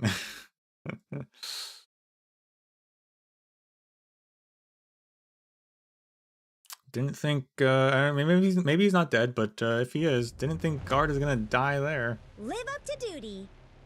I don't really want my holiday mood ruined, so That- hurry up and stop resisting arrest.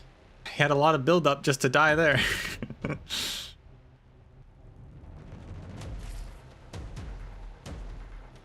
Can your eyes keep up?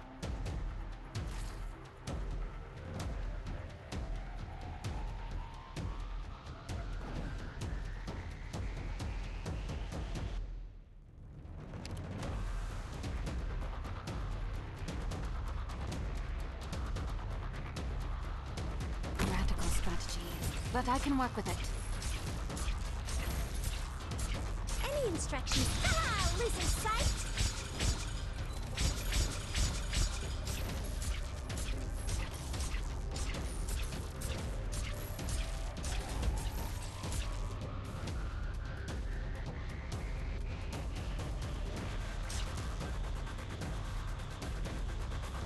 Your lives are mine to protect.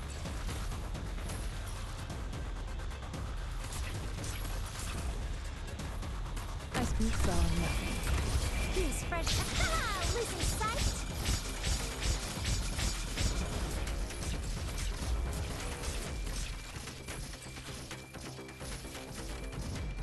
Moving to designated location. ちょっとからかってあげようっと。 No. Any instructions? Ah, That's there's too many of them. Endless burn. You need me there. Hesitancy is what do not disregard me.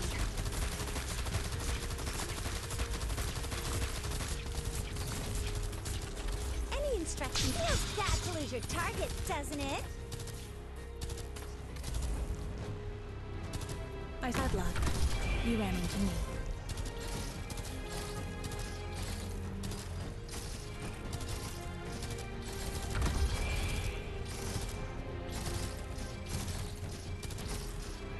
I wish I could see the range of the altar.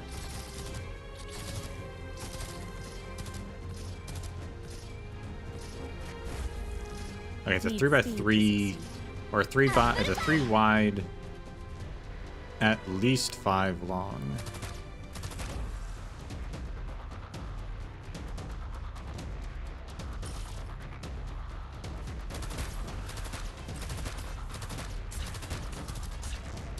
Any instructions? Come on, let's pick up the pace. I speak so nothing. Oh. Oh, okay.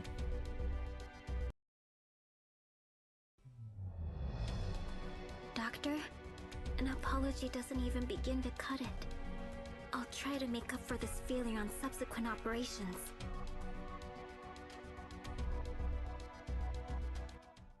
Guess I got overrun.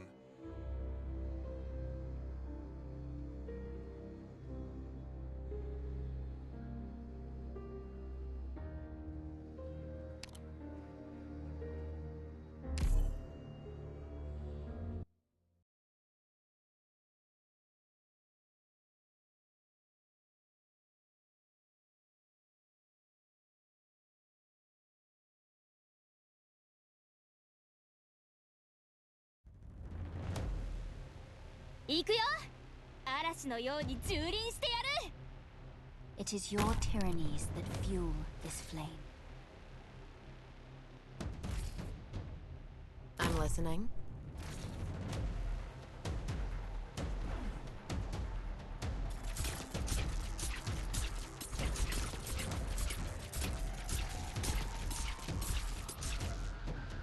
judge by appearance. Nothing can mask the scent of despair.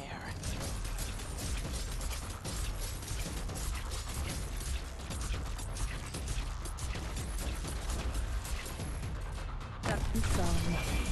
Enemy strike! Come on! Let's pick up the pace!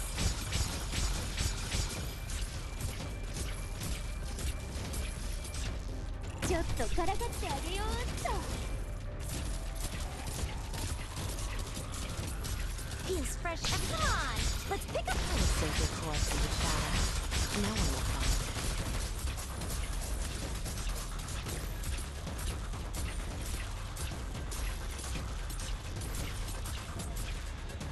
Ice blood. You ran into me. I know what to do. Don't order me around. I know what's nothing can mask this. Feel like a shooting star. That's what they say. Up for the fight!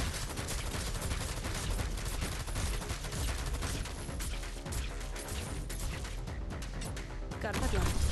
You ran into me. Misc is helping keep all those guys from Needs being speed picked to up, which is succeed. nice. Need speed to succeed.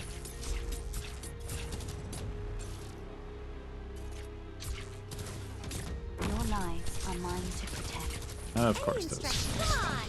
Let's pick Nothing can mask the scent of despair. Fear not the firelight. Got a blood. Need speed And to they're out of succeed. here. Where do you wish to go? Hesitancy is what you picked the wrong foe. Feels fresh. Feel like a shooting star. That's what they say.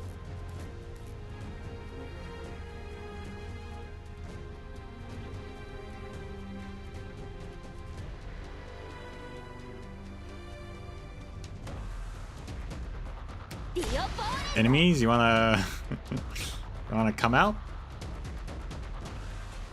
There's one. Got They it's all nothing. I expected you to have to go through 2 more of the big guys. That's great. Guess I'm too good. Losing sight. Nothing can mask the scent of despair.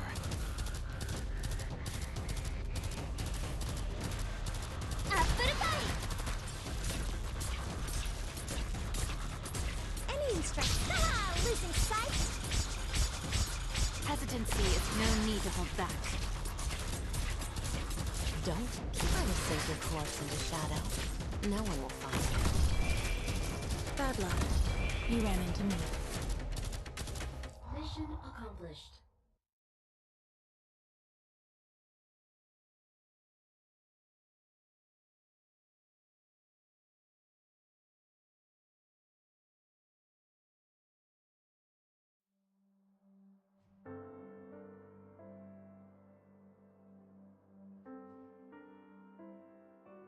You're back in Kajimerish? No, we're in Lungmen. Oh yeah, what's Chin doing right about now? When I was still in the LGD, I used to spend my afternoons going around the city. I knew very well my duty, what I was expected to fight against. We wielded law and order as our weapons to curb chaos, resolve disputes, fight crime, and he died of old age? Dang. And wrongdoings. Back then, I thought people were just so easily corrupted. All of us were born pure and without flaw, but evil creeps within with age, like how mold corrodes every branch and leaf of a plant. Oh no, this is 9. Well, still, what's Chen doing right about now? She was hanging out with Bagpipe. We haven't seen either of them.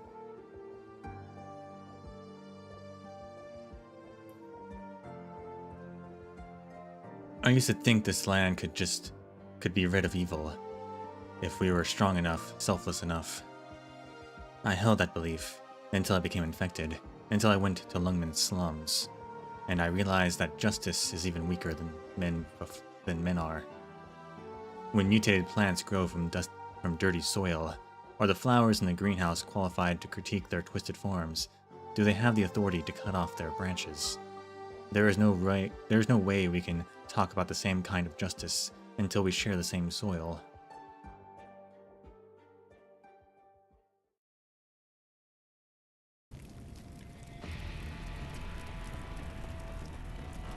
Actually, getting a 9 POV is actually really cool because honestly, we don't know much about her.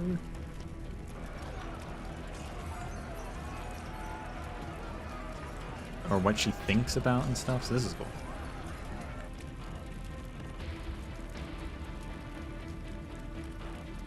Hurry. Get everyone out of the building and as far away as possible. My stuff's still inside. It's all my family has. What stuff? Pillows and a mattress, the last of the belongings I took from my home. Are you mad? Follow me back to where it's safe. You haven't gotten infected yet, right? Better count yourself lucky for that. Oh, Noel, that was that guy's name. The crowd's so chaotic. If there's many people running out from there, we don't know who's infected and who isn't. And there might even be some wanted fugitives among them. We don't know where they even came from. This fire, it's not far from the battlefield. Who knows what kind of attention it will attract. We could leave right now. We're not responsible for this fire. 9, make your decision. People are screaming, crying, falling into the mud and crawling back up to their feet. The fire burns a rosy red behind them. It wasn't infected who started the fire. Some infected exploded and so the distillery. Oh, what's that got to do with us? Wasn't it you lot who brought that sarcasm here? Not us. It's all because of you infected. We could have hidden here for so much longer if it weren't for you. What the bloody hell did you just say? Did you already forget who took you all in? You dare strike me? You... Enough. Incessant bickering. Endless verbal abuse. If you don't want to move, I can send you back into the fire. Reunion, you and Maze are the same gang. If it weren't for that infected, if it weren't for you infected. And what if we weren't infected? Open your eyes. We're not the ones who caused you to lose everything you owned and made you huddle together in the abandoned distillery with nothing but the clothes on your back. We're no different, except for the stones in our bodies. We had everything taken from us by this disease, but you haven't experienced how hard it gets, and yet here you are in the same wretched plight as us. Huh. Well, what do you know? Ever had a finger chewed off by a machine on the assembly line? Been thrown out of a factory? Had your house burned down by some lord? You yell about the injustices you suffer, but you're not the only ones who live unfair lives. The Viscount who burned down my home, everyone says his son actually has oropathy, but so what?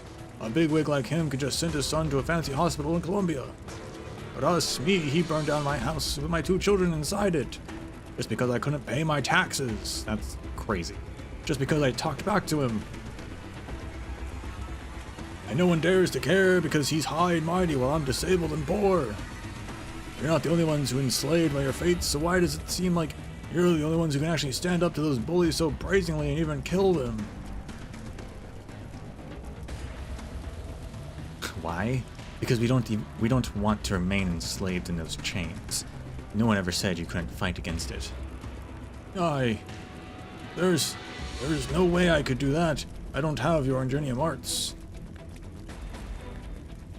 Don't make excuses for yourself. It's not like every infected comes with powerful arts. 9, we're already grouping up. Are we evacuating? Tell Red to bring a few of his men to monitor our surroundings.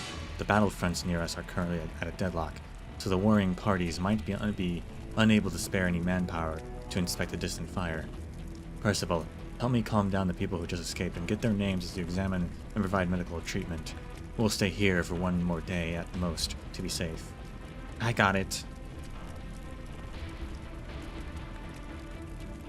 I'll help. I'm familiar with burns and respiratory blockage. Oh, we haven't been able to contact Guard yet either. We're not sure if he made it out. Don't worry, I'll find him. We both made it out of Chernobog after all. 9, the concentration of oranginium dust particles. I was already rushing towards the burning distillery. I've entered a scene like this before back in Lungmen, multiple times, as an LGD officer and as a slum resident.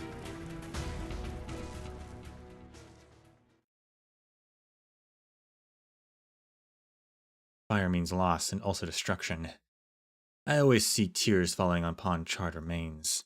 Sometimes they're from infected, and other times they're regular citizens. And at moments like these, rumors will spread through the suspecting crowd.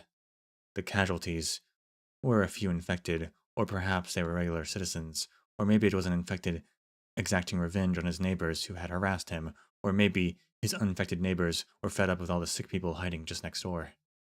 But no one has ever questioned why fires uptown are always extinguished as soon as possible, while the big blazes that destroy several buildings and cause an unclear number of casualties always happen in the slums.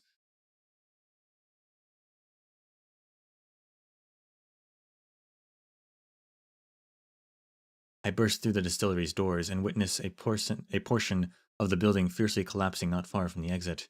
A single hand extends from the metal and debris, holding onto guard's recorder.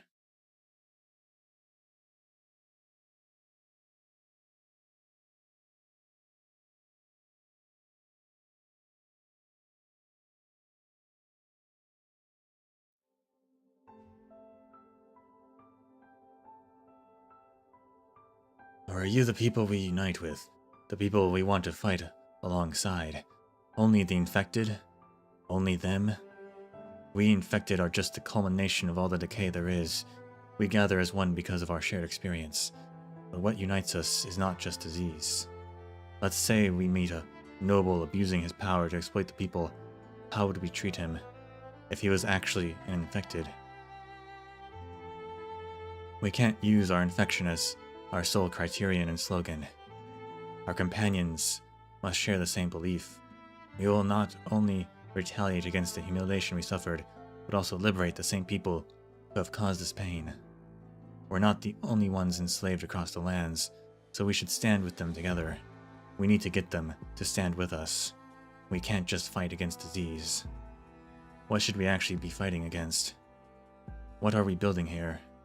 A rustling sound. Many years ago, when I had just become an infected, I really loved drinking. Back then, Ace warned me that if I carried on with that, a hobby of mine, I'd die with my drink someday. Huh. And here I am in a distillery.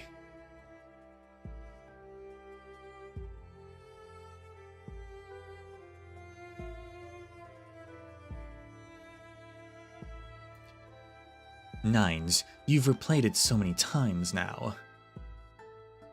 I know. Tallulah, I've been wondering, if we really did manage to build a city for infected, what would it look like? Are you sure it wouldn't be a hospice at its core?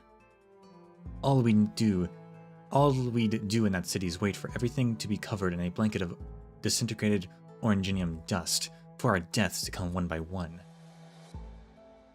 Yes. We can't just wait for our ends to come like this. 9, Tallulah. What is it? I'm thinking of leaving your group for a bit. Yesterday I met some people among the refugees who escaped from Londinium. They mentioned some matters I'm very concerned about, that maybe someone I've been seeking this whole time is still hiding in there. So I'll be heading over. Londinium isn't safe at all right now. I think Tallulah already told you about me. You're long-lived. Yes, there's no way for me to die. I've become more and more sick of this reality of mine. You want to kill yourself. How did you get your longevity in the first place? Longevity, huh? How did I first come to realize the joke that fate played on me? I had my share of happy days, too.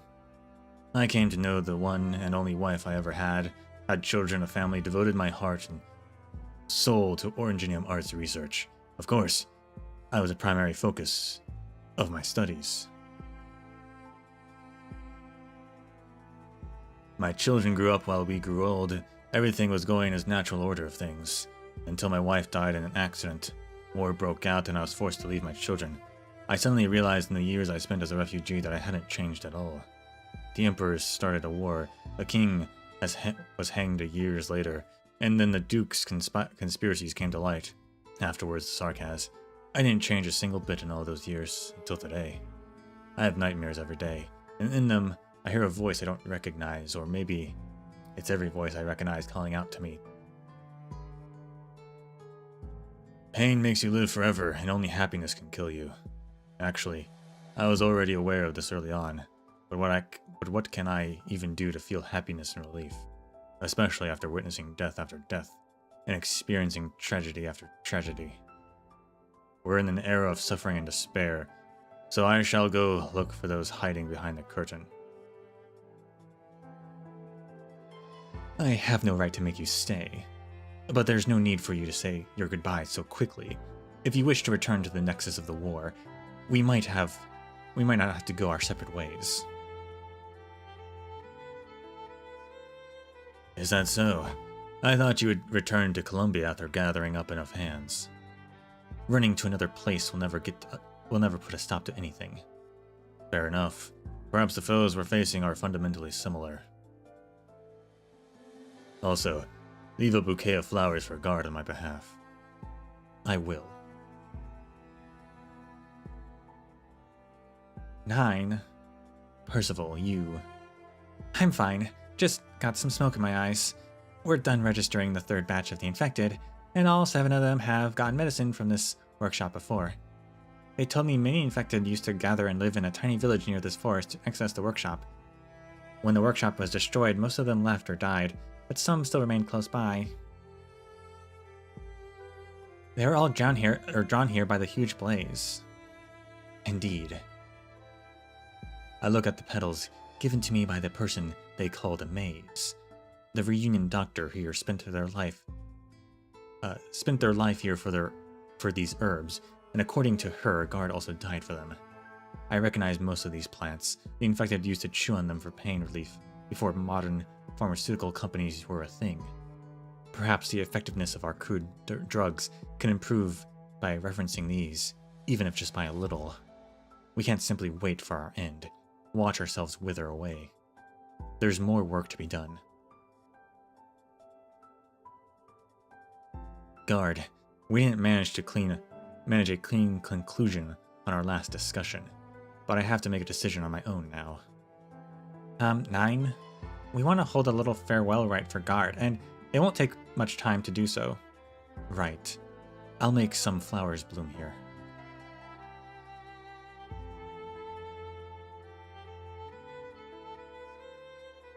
The enormous blaze burns throughout the night.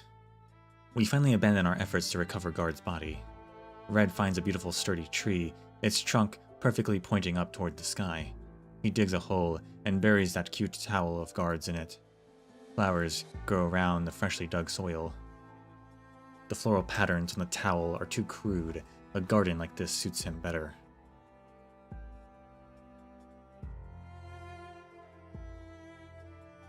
I'm done questioning everyone that came from that workshop. Sarkaz, who died in the underground warehouse, the one who rode the motorbike. He was murdered by a few infected Victorians. They were driven out of their homes by the Sarkaz, so some of them lost their loved ones too. So they felt rightfully furious, and I calmed them down a little. What's the plan? Back in Ursus, everyone used to think it was through the power of unity that Reunion managed to fight together with the patrol units, taxmen, and mine guards. That wasn't the case. We simply had no other choice left to break the knife pointed at our throats. Reunion used to act on our enmity, but our targets and hate have both become increasingly vague and broad. The infected have no homeland, no identity, no bloodline. We can't just carry on with just a provocative slogan. We need to start clearer guidelines and principles. Guard and I discussed about this before.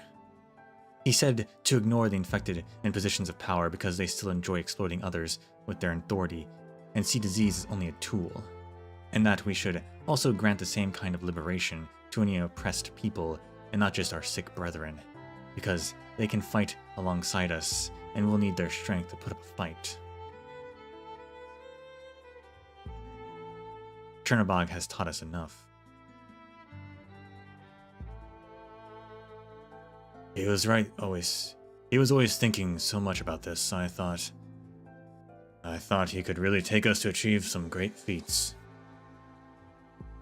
He will, even if he's dead. He merely died when he was still seen as insignificant and deplorable. What about those murderers? People who violently vent their grievances unprovoked cannot join us. It was war that turned them to brutality, even if they were just Victorians before. If we let this slide, what will happen to our next group? Ursine, Columbian, Victorian, Lithanian, Feline, Pero, Liberi, Capernae, Sarkaz. Power should be distinctly directed towards a common goal than become cracks of resentment that give others a chance to dismantle us from within. Uldracus T and Ursus should have taught us this lesson. They will be banished. They will have to find their own paths by themselves. Reunion will make sure of it. I understand. I'll relay that to everyone, and I'll handle those murderers too. You have a nice voice? Thanks. Although, which one?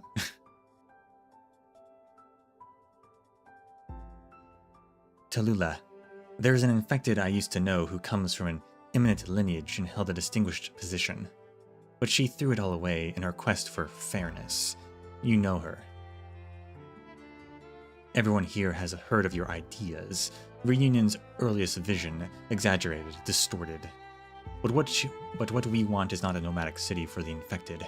What we want is to send a message to all the aristocrats and oppressors, those trying to divide, suppress, and eliminate us. The blade they so despise hangs high above their necks. Our goodbyes have already been said. This isn't the first, nor will it be the last. Let's go.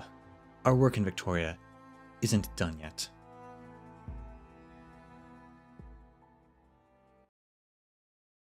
A single military victory is nothing in the face of what we're putting a stop to. This is just a nuisance. He died, but hey.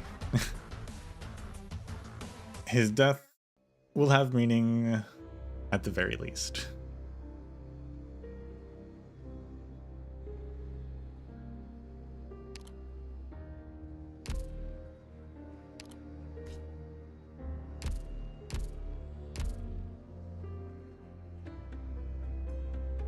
Who do you think he is hunting? Noelle? I have no idea. I have no idea who Noelle, what's going on with that storyline. Like I said at during the recap, I think I don't think that's gonna be like covered here. It might be covered later on, or maybe in an event or something. I don't know. He said he was leaving, but then Nine said you don't have to leave just yet, so we'll see, I guess. Have you been doing well lately, Doctor? I have no idea though. He said it was a woman who hangs out with the Victorian nobility.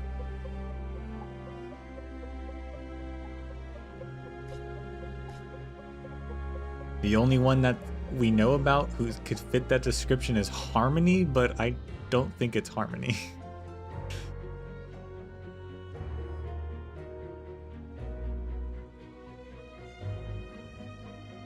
I guess Eblana, but I don't think Eblana. I don't think it's either of those two.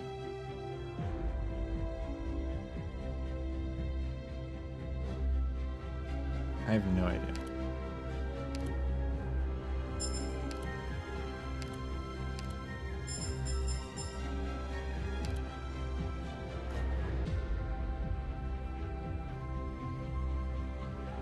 Yeah, oh, I heard something different. Clovicia.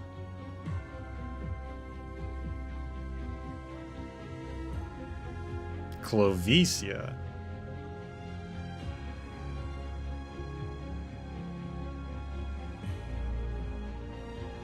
That would be a weird twist.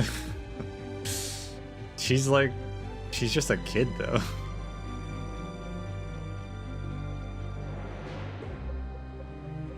Or a young adult, I'm not sure how old she is, but she's also not nobility, I thought.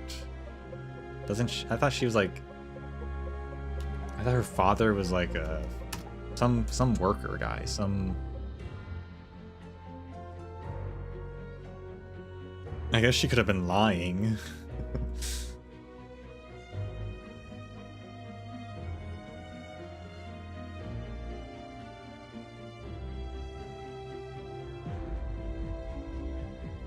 That would be weird. We haven't seen her either, actually. Not sure where she is.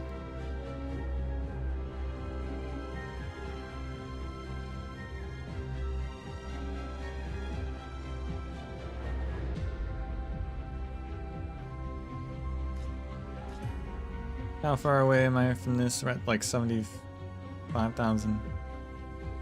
76, actually. We're close. We'll probably be able to get it... Well, we got 10,000 more for that, so that'd give us to 86. Yeah, we're pretty close.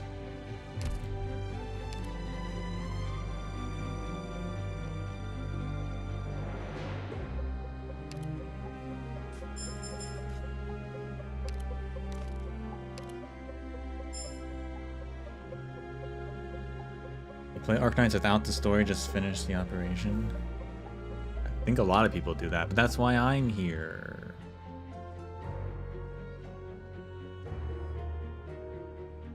You can listen to me, read the story for you.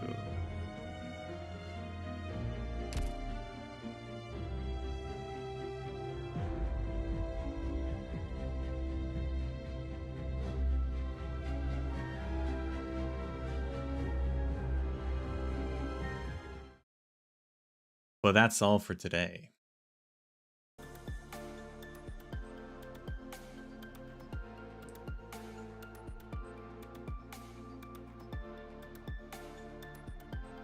We finished up that mission because we went faster because they didn't have all the stories for all of them, but we're getting close to the ending.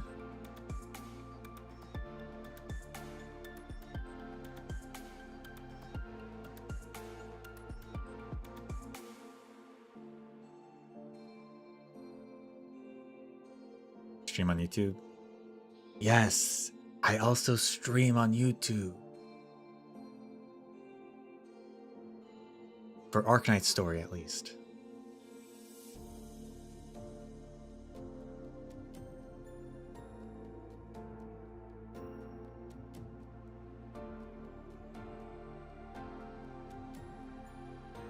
I tried to have something that could fuse the chats together, but I can't get it to work. Unfortunately.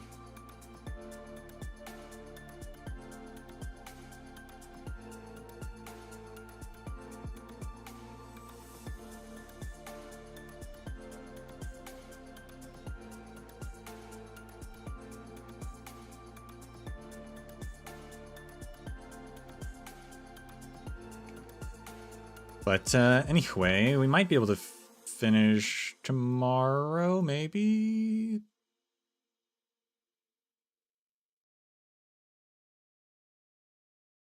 I don't know. I mean, the rest of the week is all Arknights either way, so.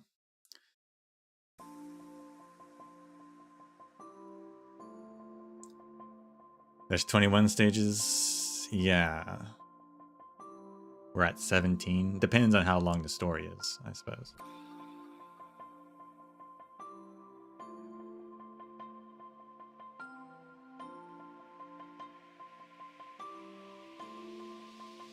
We'll be back tomorrow.